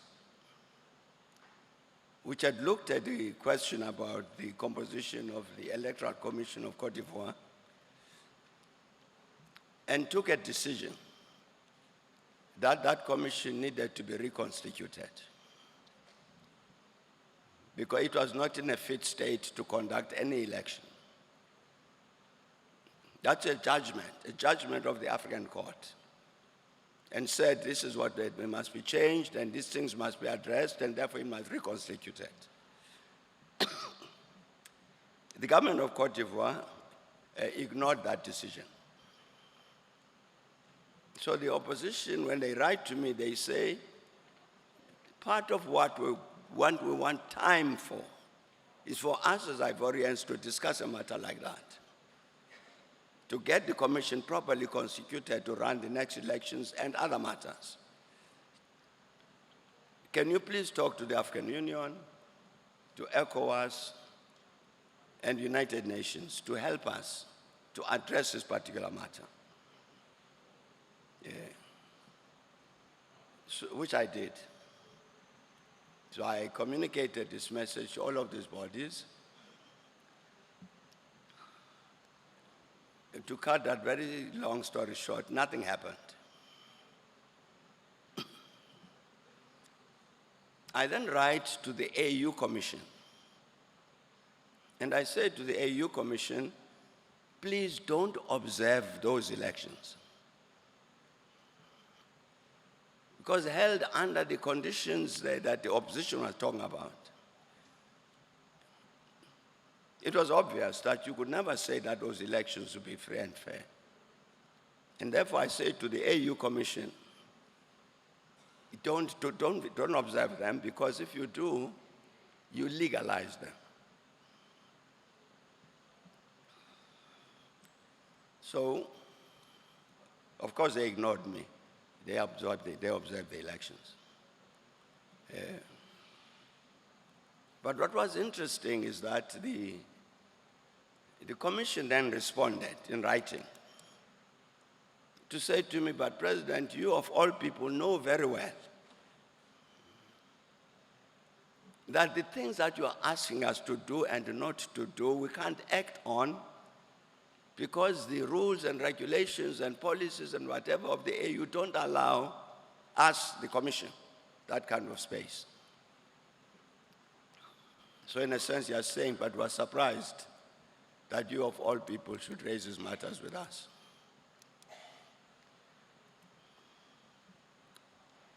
I'm about to finish that story. So I responded to the commission. I was very glad that they had written in response to say, thanks for your letter, but you are wrong for the following reasons. So I wrote back to them. And my response was 10 pages. I can see it rumbling here. The letter was too long. People, that's what they think.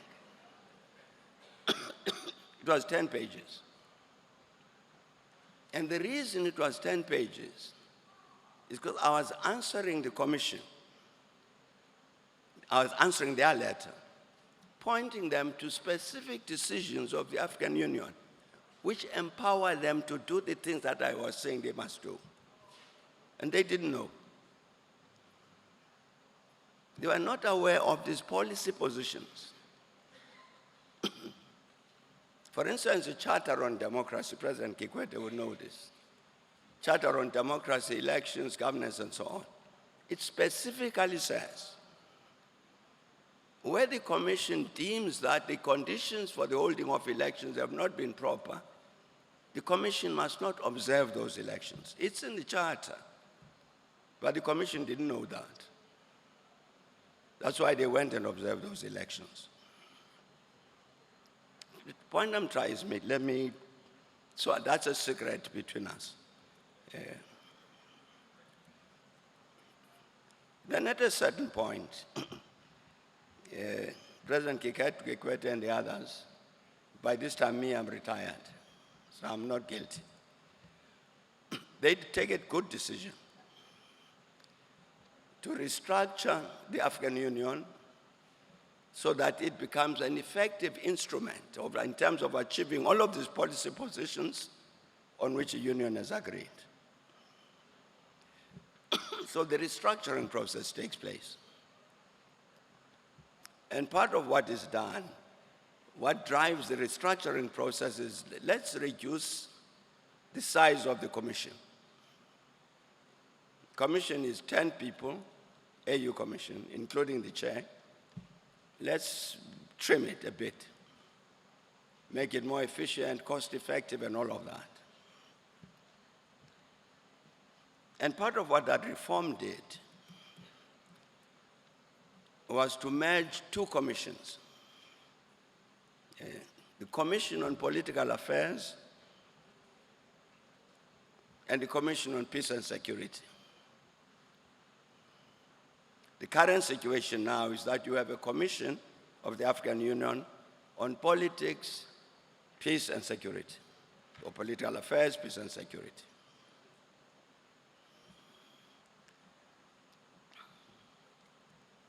It was a very bad decision.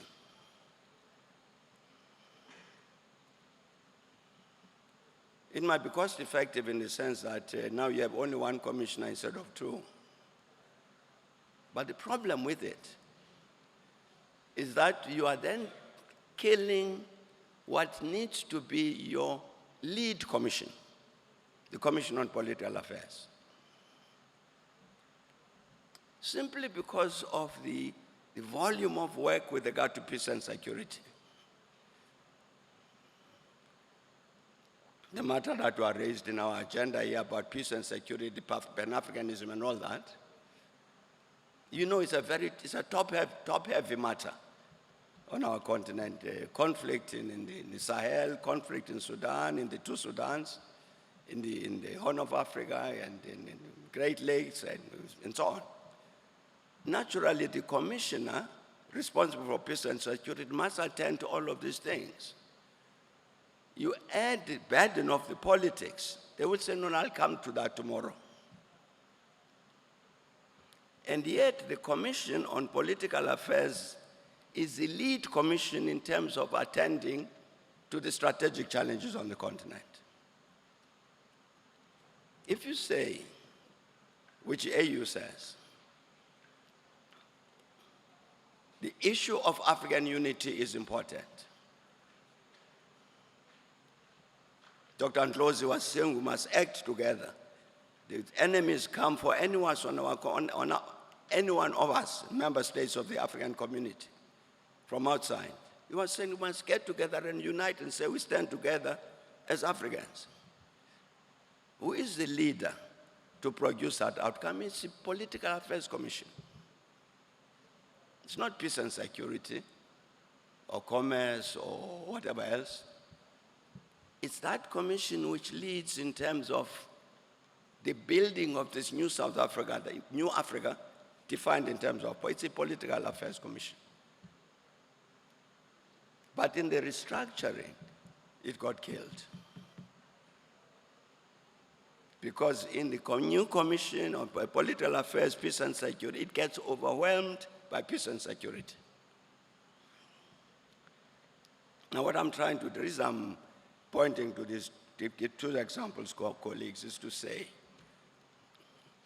in terms of looking at this renaissance and what to do about it, if you look at the institutions of the African Union,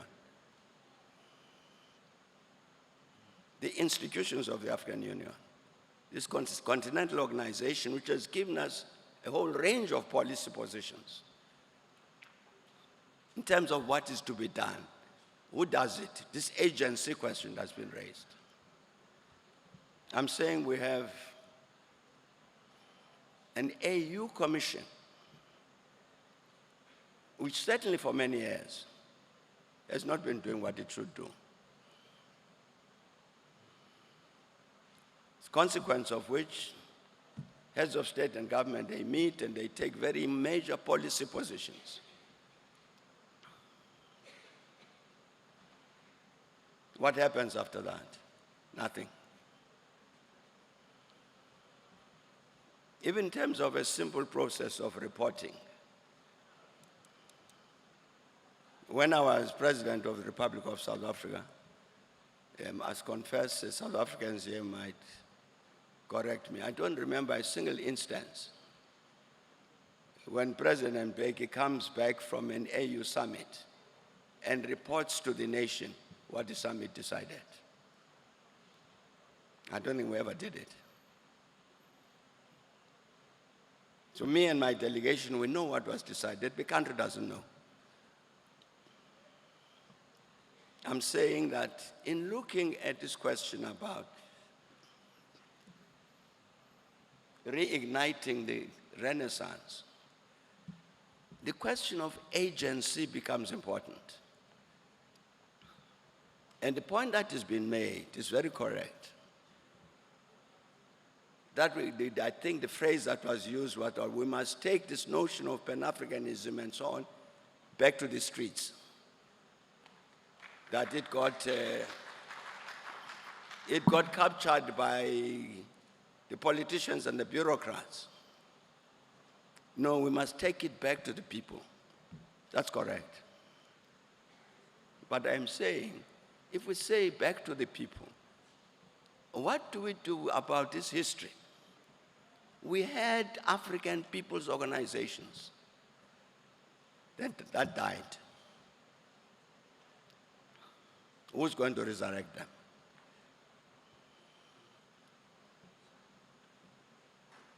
I'm saying you've got the institutions of the African Union which have got an obligation to help implement these policies which have been agreed upon. But you have an AU Commission which does not even know what its own duties and rights and obligations are, until you have to write them a 10-page letter just to point to page, look at page 1, look at page 15, look at page 17 and a half. What do we do about all of that? The last institution I should mention are the political parties on our continent. Because I think it's the first responsibility to reignite this renaissance and the political parties.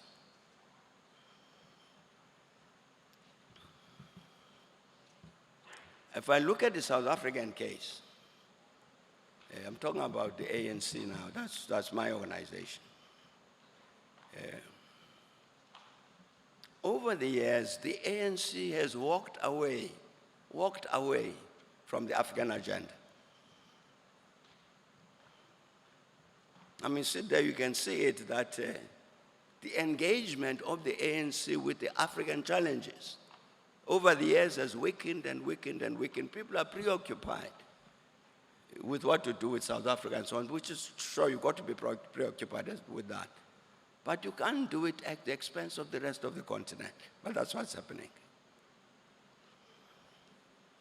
I see Ambassador Amimpungwe here in front of me. I'm finished with that story, President Kikwete. Some years back, I was invited by the youth of CCM, to come here. And they had a retreat in Zanzibar. So they said they wanted me to come and join them in that retreat. So I came and we went. So these young people, they say, now President, the late Ben Mkapa, may his soul rest in peace, was also there. So they said, now President, you see, that front row, those are veterans of our struggle for the independence of Tanganyika and so on. Sitting in that front row. The rest is the youth. And now, what's happened, President, they say? If you look at us, I'm a lecturer at the University of Dar es Salaam. I'm an accountant, that one is a lawyer, this and that and the other.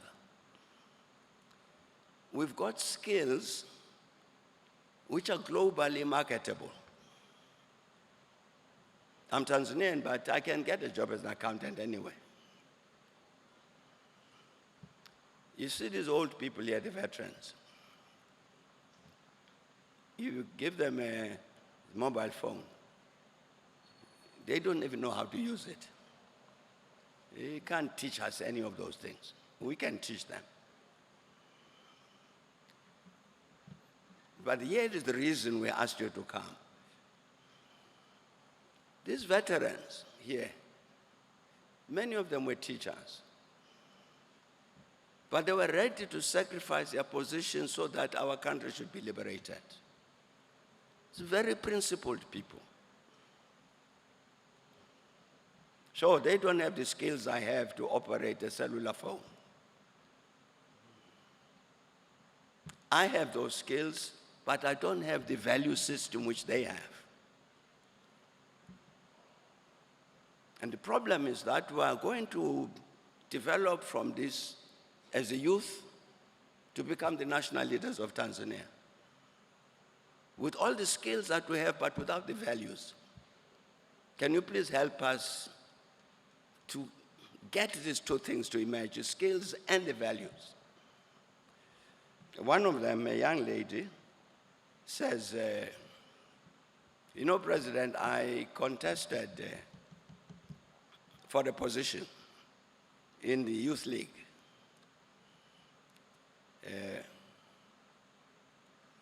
And I was defeated. But nevertheless, so as an official, secretary or whatever, nevertheless, I was elected onto the executive.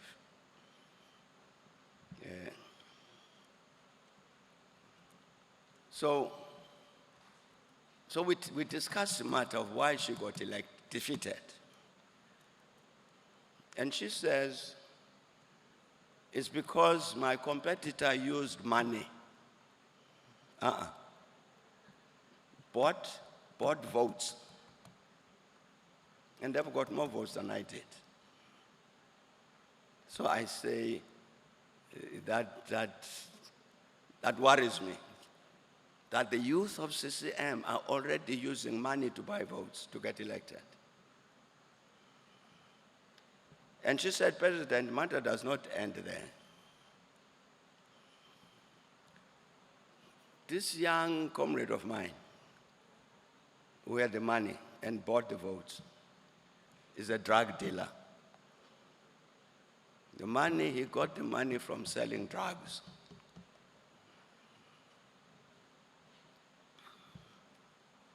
I'm saying I'm ending with that story because I'm saying this reigniting of the African Renaissance, the first responsibility lies with our political parties on the continent, inspired by the spirit of Pan-Africanism and the sense of sacrifice which those veterans were sitting, those one were meeting in Zanzibar. By that spirit of self-sacrifice being loyalty to principle and loyalty to this Pan-African perspective. We're talking about Mwalimu Julius Nyerere here. We need more Nyereres today. Our political parties need more Nyereres. The tragedy is that President Kikwete, I'm sure you and I, when we sit in the corner and we go through each one of these political parties on the continent, we would come to the same conclusions, that things are not right. In the end, what does that mean? It means that the university, the students, and I don't know, I'm not going about it, the lecturers and professors, the students. The students of the University of Dar es Salaam need to sit together and say, we want to be part of the process of reigniting this renaissance. We want to take our place, respond to our own responsibility to define the future of the continent, and answer the question themselves, well, what do we do as university students of this university? What do we do to achieve that objective? It's a task. I'm giving this as a task. the Chancellor of the University has agreed with me that I can give you that task. This university, it's an old home to me. I've been here many times, and the reason for that is because this particular university was the lead university in helping the continent to answer the question from 1960 when continent gets independent. This university was very central to answering the question for independent Africa. What do you do with your independence? Now you've got it. You fought for it. Very well done. But what do you do with it? This academic institution here was very, very central to answering the question, what does liberated Africa do with its liberation? I think this university has got that task again, to say, what do we do? What do we do as this university to reignite the renaissance of Africa, to which people like Mwalimu Nyerere devoted their lives? And the CEO of the Thabo Mbeki Foundation has said to me that what I must say to you, the students, that please contact the foundation, his foundation, Thabo Mbeki Foundation, because they are starting the process of the reactivation of the African youth, including the students, to organize themselves on the continent and to focus on this task. So he says, please, he said, I must say that please contact the foundation so that we can work together. Agency. Who are the people who are going to bring about these changes about which we agreed? It's us. But in order to do that, we must be organized. Thanks a lot. Thanks for coming, and thanks for listening.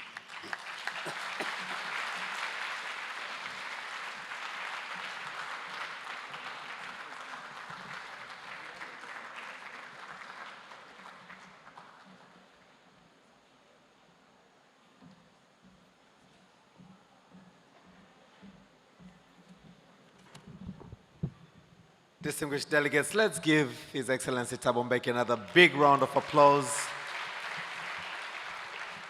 Thank you very much. I've requested Your Excellency to remain back on the stage for two things. One, I will now invite His Excellency Dr. Jakaya Mrisho Kikwete to present a token of appreciation to you. Number two, we shall have a vote of thanks, and while at that, group photos. With your permission, now as President Dr. Jakaya Kikwete is coming, let's give him a warm round of applause onto the stage.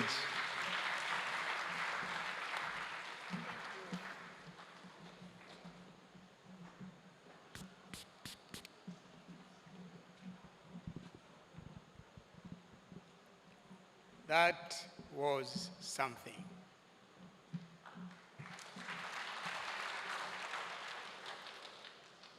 This is my senior brother, the Thabo Mbeki I have known for many, many years.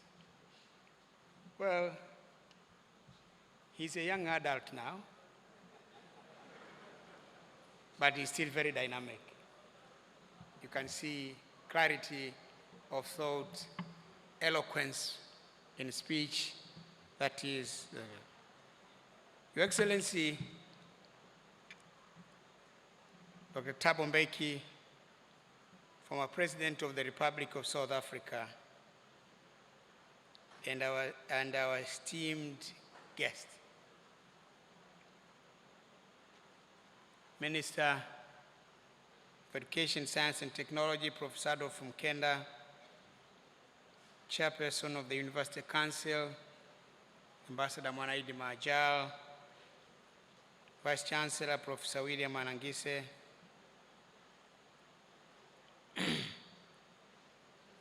Acting High Commissioner of the South African Embassy, distinguished participants, ladies and gentlemen. let me again begin by thanking, on behalf of the University of Dar es Salaam and on my own behalf, our deepest appreciation and warmest welcome to our esteemed guest, His Excellency Dr. Thabo Mbeki, former President of the Republic of South Africa, and one of the most revered Pan-African thinkers and statesmen of our time. Your Excellency, we are most grateful for you to consider the University of Dar es Salaam to host this year's Thabo Mbeki lecture. It's an honor for which we highly appreciate. We commend your vision and tireless efforts to reposition Africa to its rightful place in global affairs, where it is not a passive observer, but an active and respected participant in shaping international relations and global power dynamics. The theme of this year's lecture, the state of the continent, reigniting the African Renaissance, could not be more timely or more urgent. You have set the tone for serious reflection and have reignited a long-burning flame, the desire for African transformation driven by African thought, African agency, African leadership, and the African people. The winds of change are gathering storm across the continent, but what Africa needs now is not cosmetic reforms, not rhetoric, but profound structural and ideological transformation that redefines governance, economic models, and intellectual production on African terms.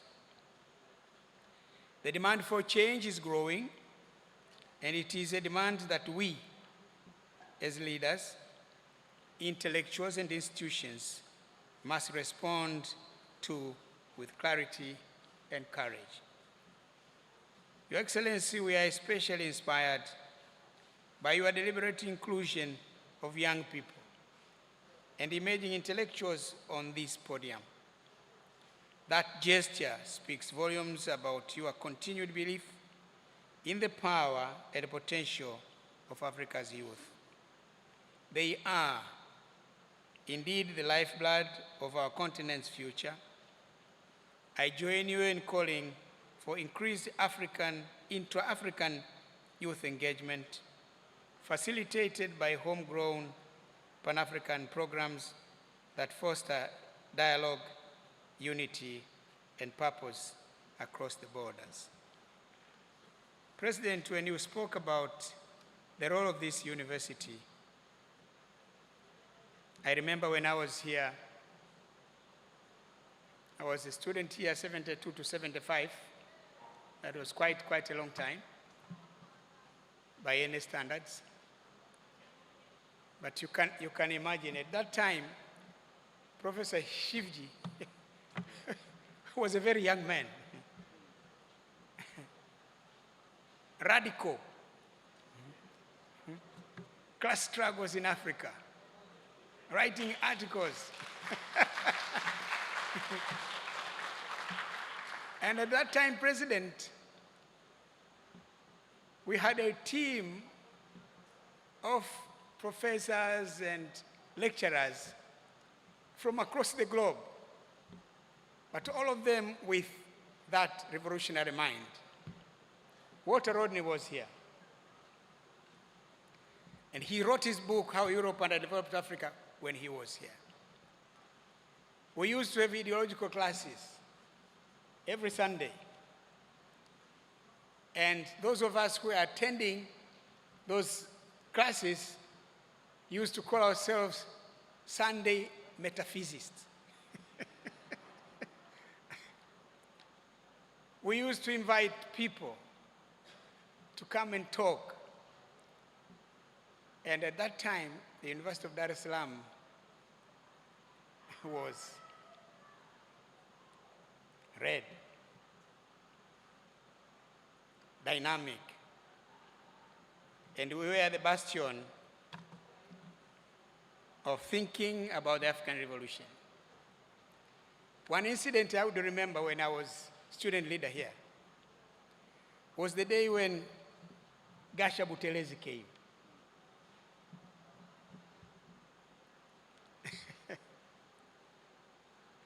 As you see these guys here, he made a brilliant speech. Everybody was quiet, very attentive. And then when it came question and answer session, I think it was 1973, the first question was, you gave us a very brilliant speech on your contribution to the struggle against apartheid in South Africa. But can you answer one simple question? Why are you still not in prison?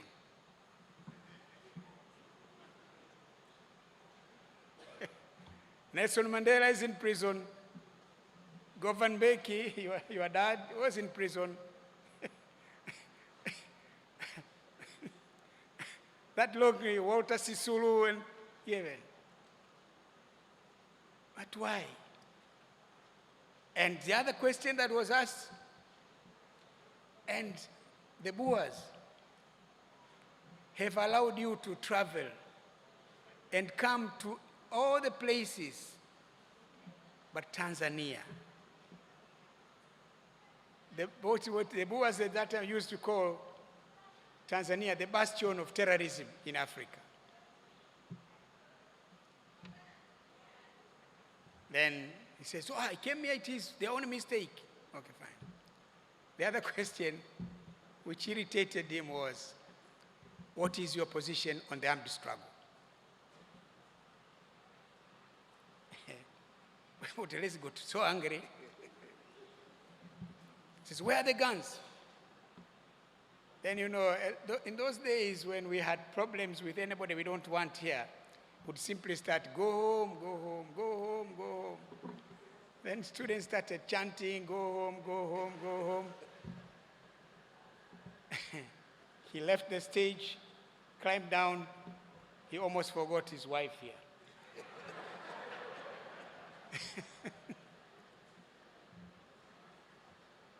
In those days, we used to be quite active. The other incident I will tell you was when Sir Alec Douglas Hume came. He was the Foreign Secretary of the United Kingdom. And at that time, the British were playing games with the question of the independence of Zimbabwe. So some people told us that he's coming. I was a student leader. What we did was to organize buses.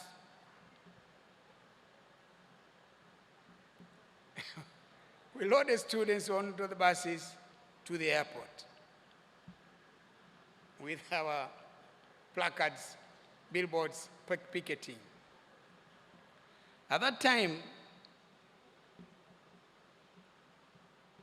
His Excellency John Malechela was Foreign Minister. So we went there with our buses, and the police said, no, you cannot be allowed to go to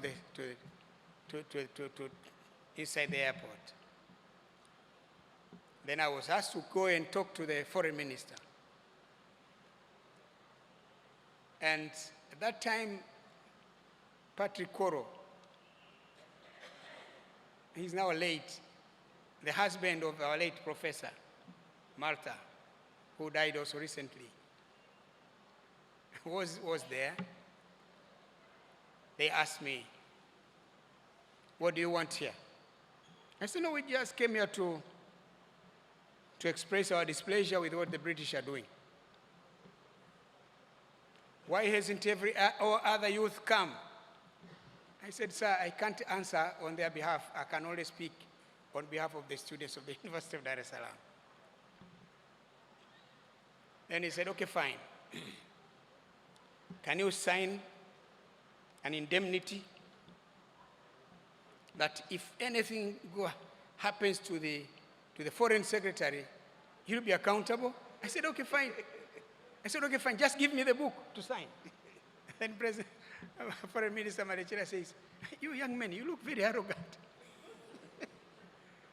It's not arrogant. So then I signed, committing myself that if anything happens to the British Foreign Secretary, I'll be accountable.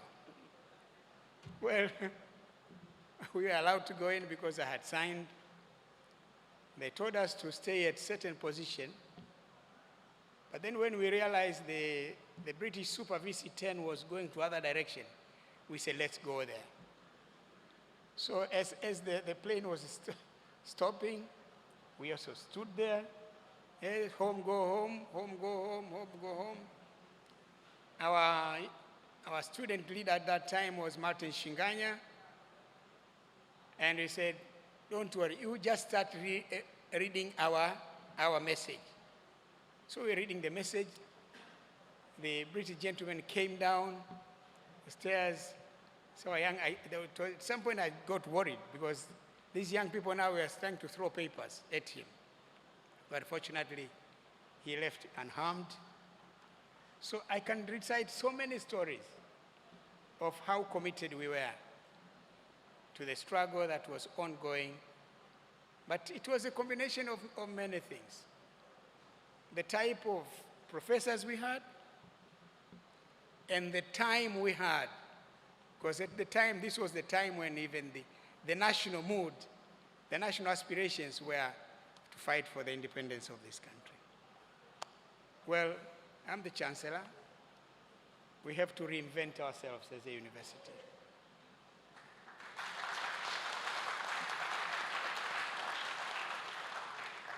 What is it that is going to be our agenda? What is it that we are going to pursue? I think that's a message. You left it with us, leave it with us, we sit down with everyone. And as long as Professor Shivji is now a Professor Emeritus, they're still there nurturing the people. Penina is still there.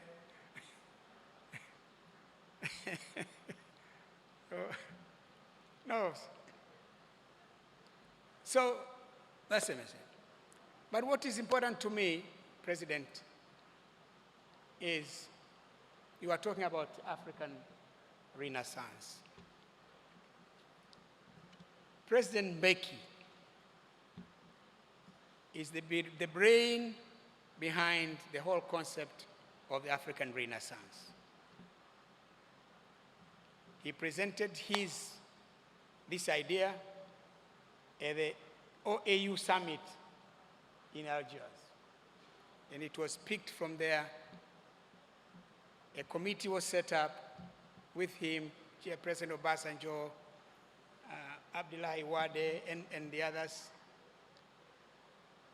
Worked on it. It came to be translated itself into NEPAD, New African Partnership for African Development.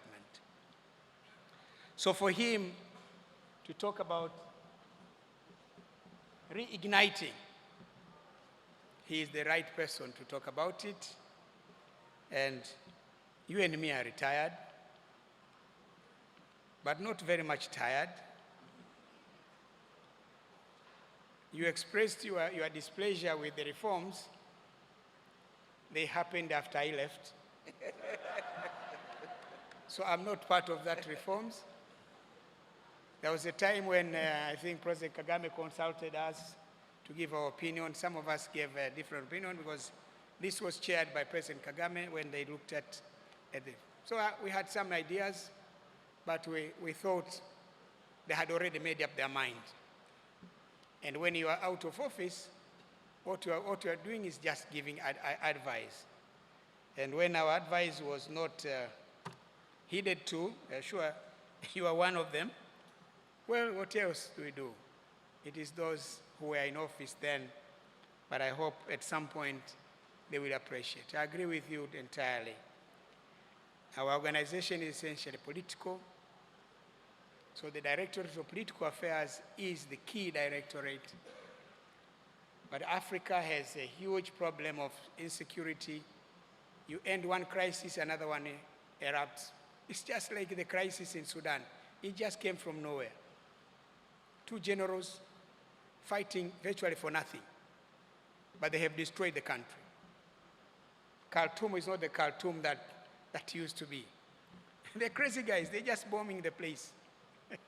So there are still a lot of security problems, security challenges, but I agree with you, President, there is need, and it is important, as you said.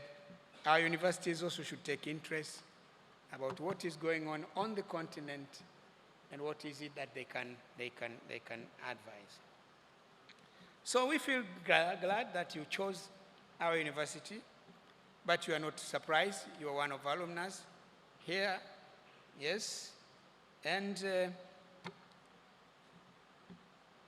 you are one of the people that this university offered a PhD, honorary PhD to you, so we're glad that you are giving back to your university, as some of us are also doing, giving back to the university that gave us the education that we're having now. Well, in that spirit and further expression of our esteem, it is now my privilege to present to you the academic shower. What is it now? Mbona mnakaa mbali? Jamani, hata hawajulikani walipo? Okay. Yeah, we're going to present to you the academic shower, a humble but heartfelt token of our appreciation for your outstanding contribution to the university, the academia, to Africa, and to humanity at large. May it remind you always our respect, our gratitude, and our abiding bond. Excellency, thank you very much. Let me now present it. Where do we do? Where? Here.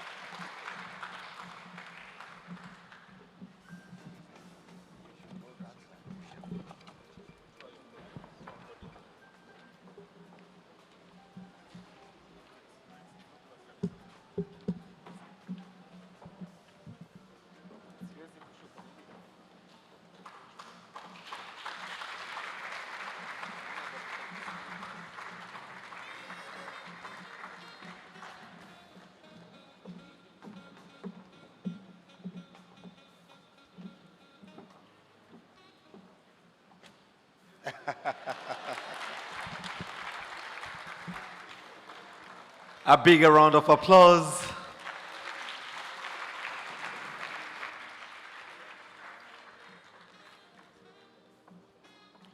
Can we have the remaining two chairs?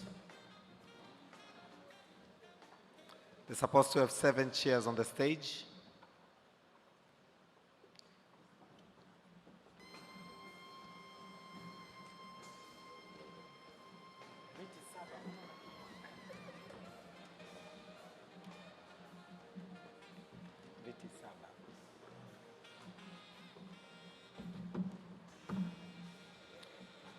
Can we please be seated as I request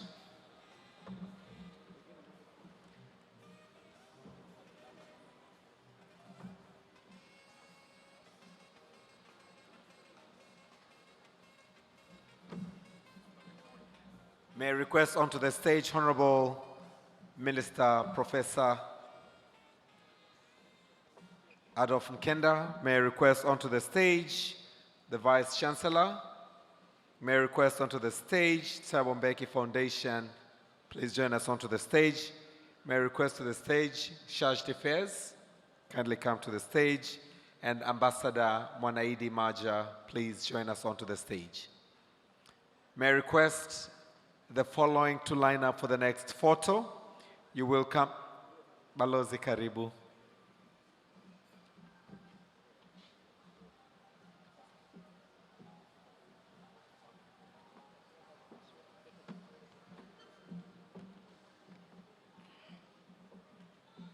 May I request the following to be on the line for the next session, which will comprise collaborators and partners: UNISA representative, Uongozi Institute, Nyerere Foundation, Uncle Gold Ashanti, and University of Dar es Salaam. You will kindly come and line up at the back of the high table. Kindly join us. UNISA, Uongozi Institute, Singo, Karibu. You will come through where I'm standing and exit through the left-hand side. Mwalimu Nyerere Foundation, Anglo Gold Ashanti, and UDSM.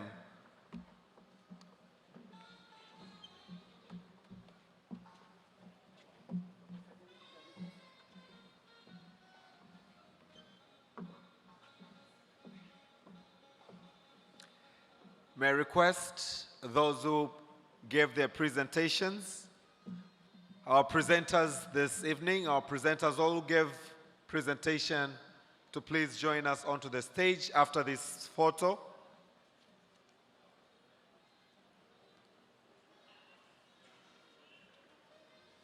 You will come through where I am and exit through the left-hand side. May I request to exit through your left-hand side. Thank you very much. Can I bring another set?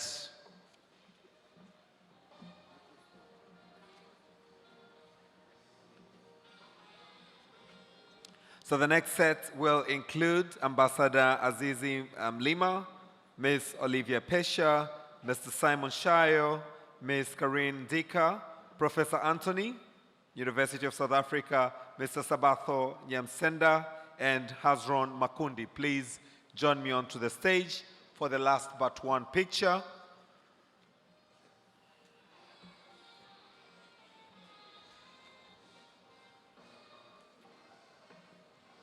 And the final picture, which will be of students representing the rest of all of us: Hassan Faraja, Moses Kazimoto, Raicho, Mwaka Jubili, Sabi Isaac, Anna Joel, Jess Kampanda, Kevin James Kimola, Donatilla Frederick, Maria Felix, and Amos Mshingi. Please join us onto the stage. The students representative that I've just called, please come quickly onto the stage for the final photo session. And after that, we will all be upstanding to allow our guests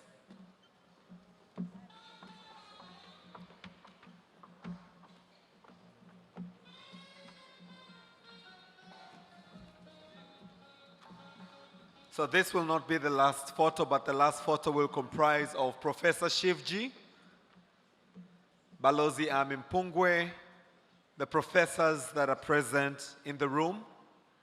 Professor Nema, please join us onto the stage for the final photo. Professor Shivji, we exit through the left-hand side, kindly. Thank you so much. Any professor present in the room, please join us onto the final photo. Penina, please join us on the stage. Penina, kindly join us onto the stage.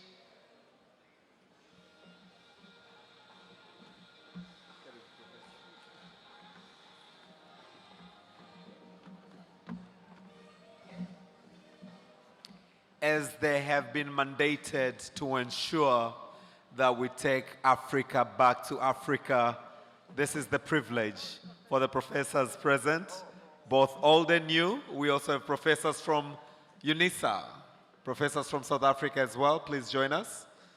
They have gotten onto the stage. Professor Shivji. Ladies and gentlemen, some of us are walking onto the dreams that they had. Can we give them a big round of applause?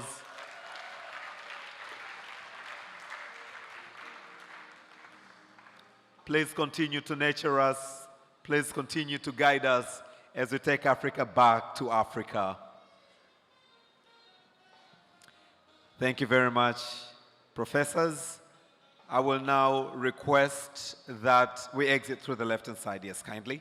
I will now request that we all kindly rise so we can allow the members of the high table to take their leave. Asante sana, we appreciate, we truly thank you, Excellencies. Thabo Mbeki, Excellency Jakaya Kikwete, Mheshimiwa Waziri, Mheshimiwa Mabalozi, the VC, we thank you so much. Can we all please rise? Let's once again clap our hands for Excellency Thabo Mbeki. Asante, asante sana. DJ, naomba wimbo mzuri sana tuweze kusindikiza viongozi wetu.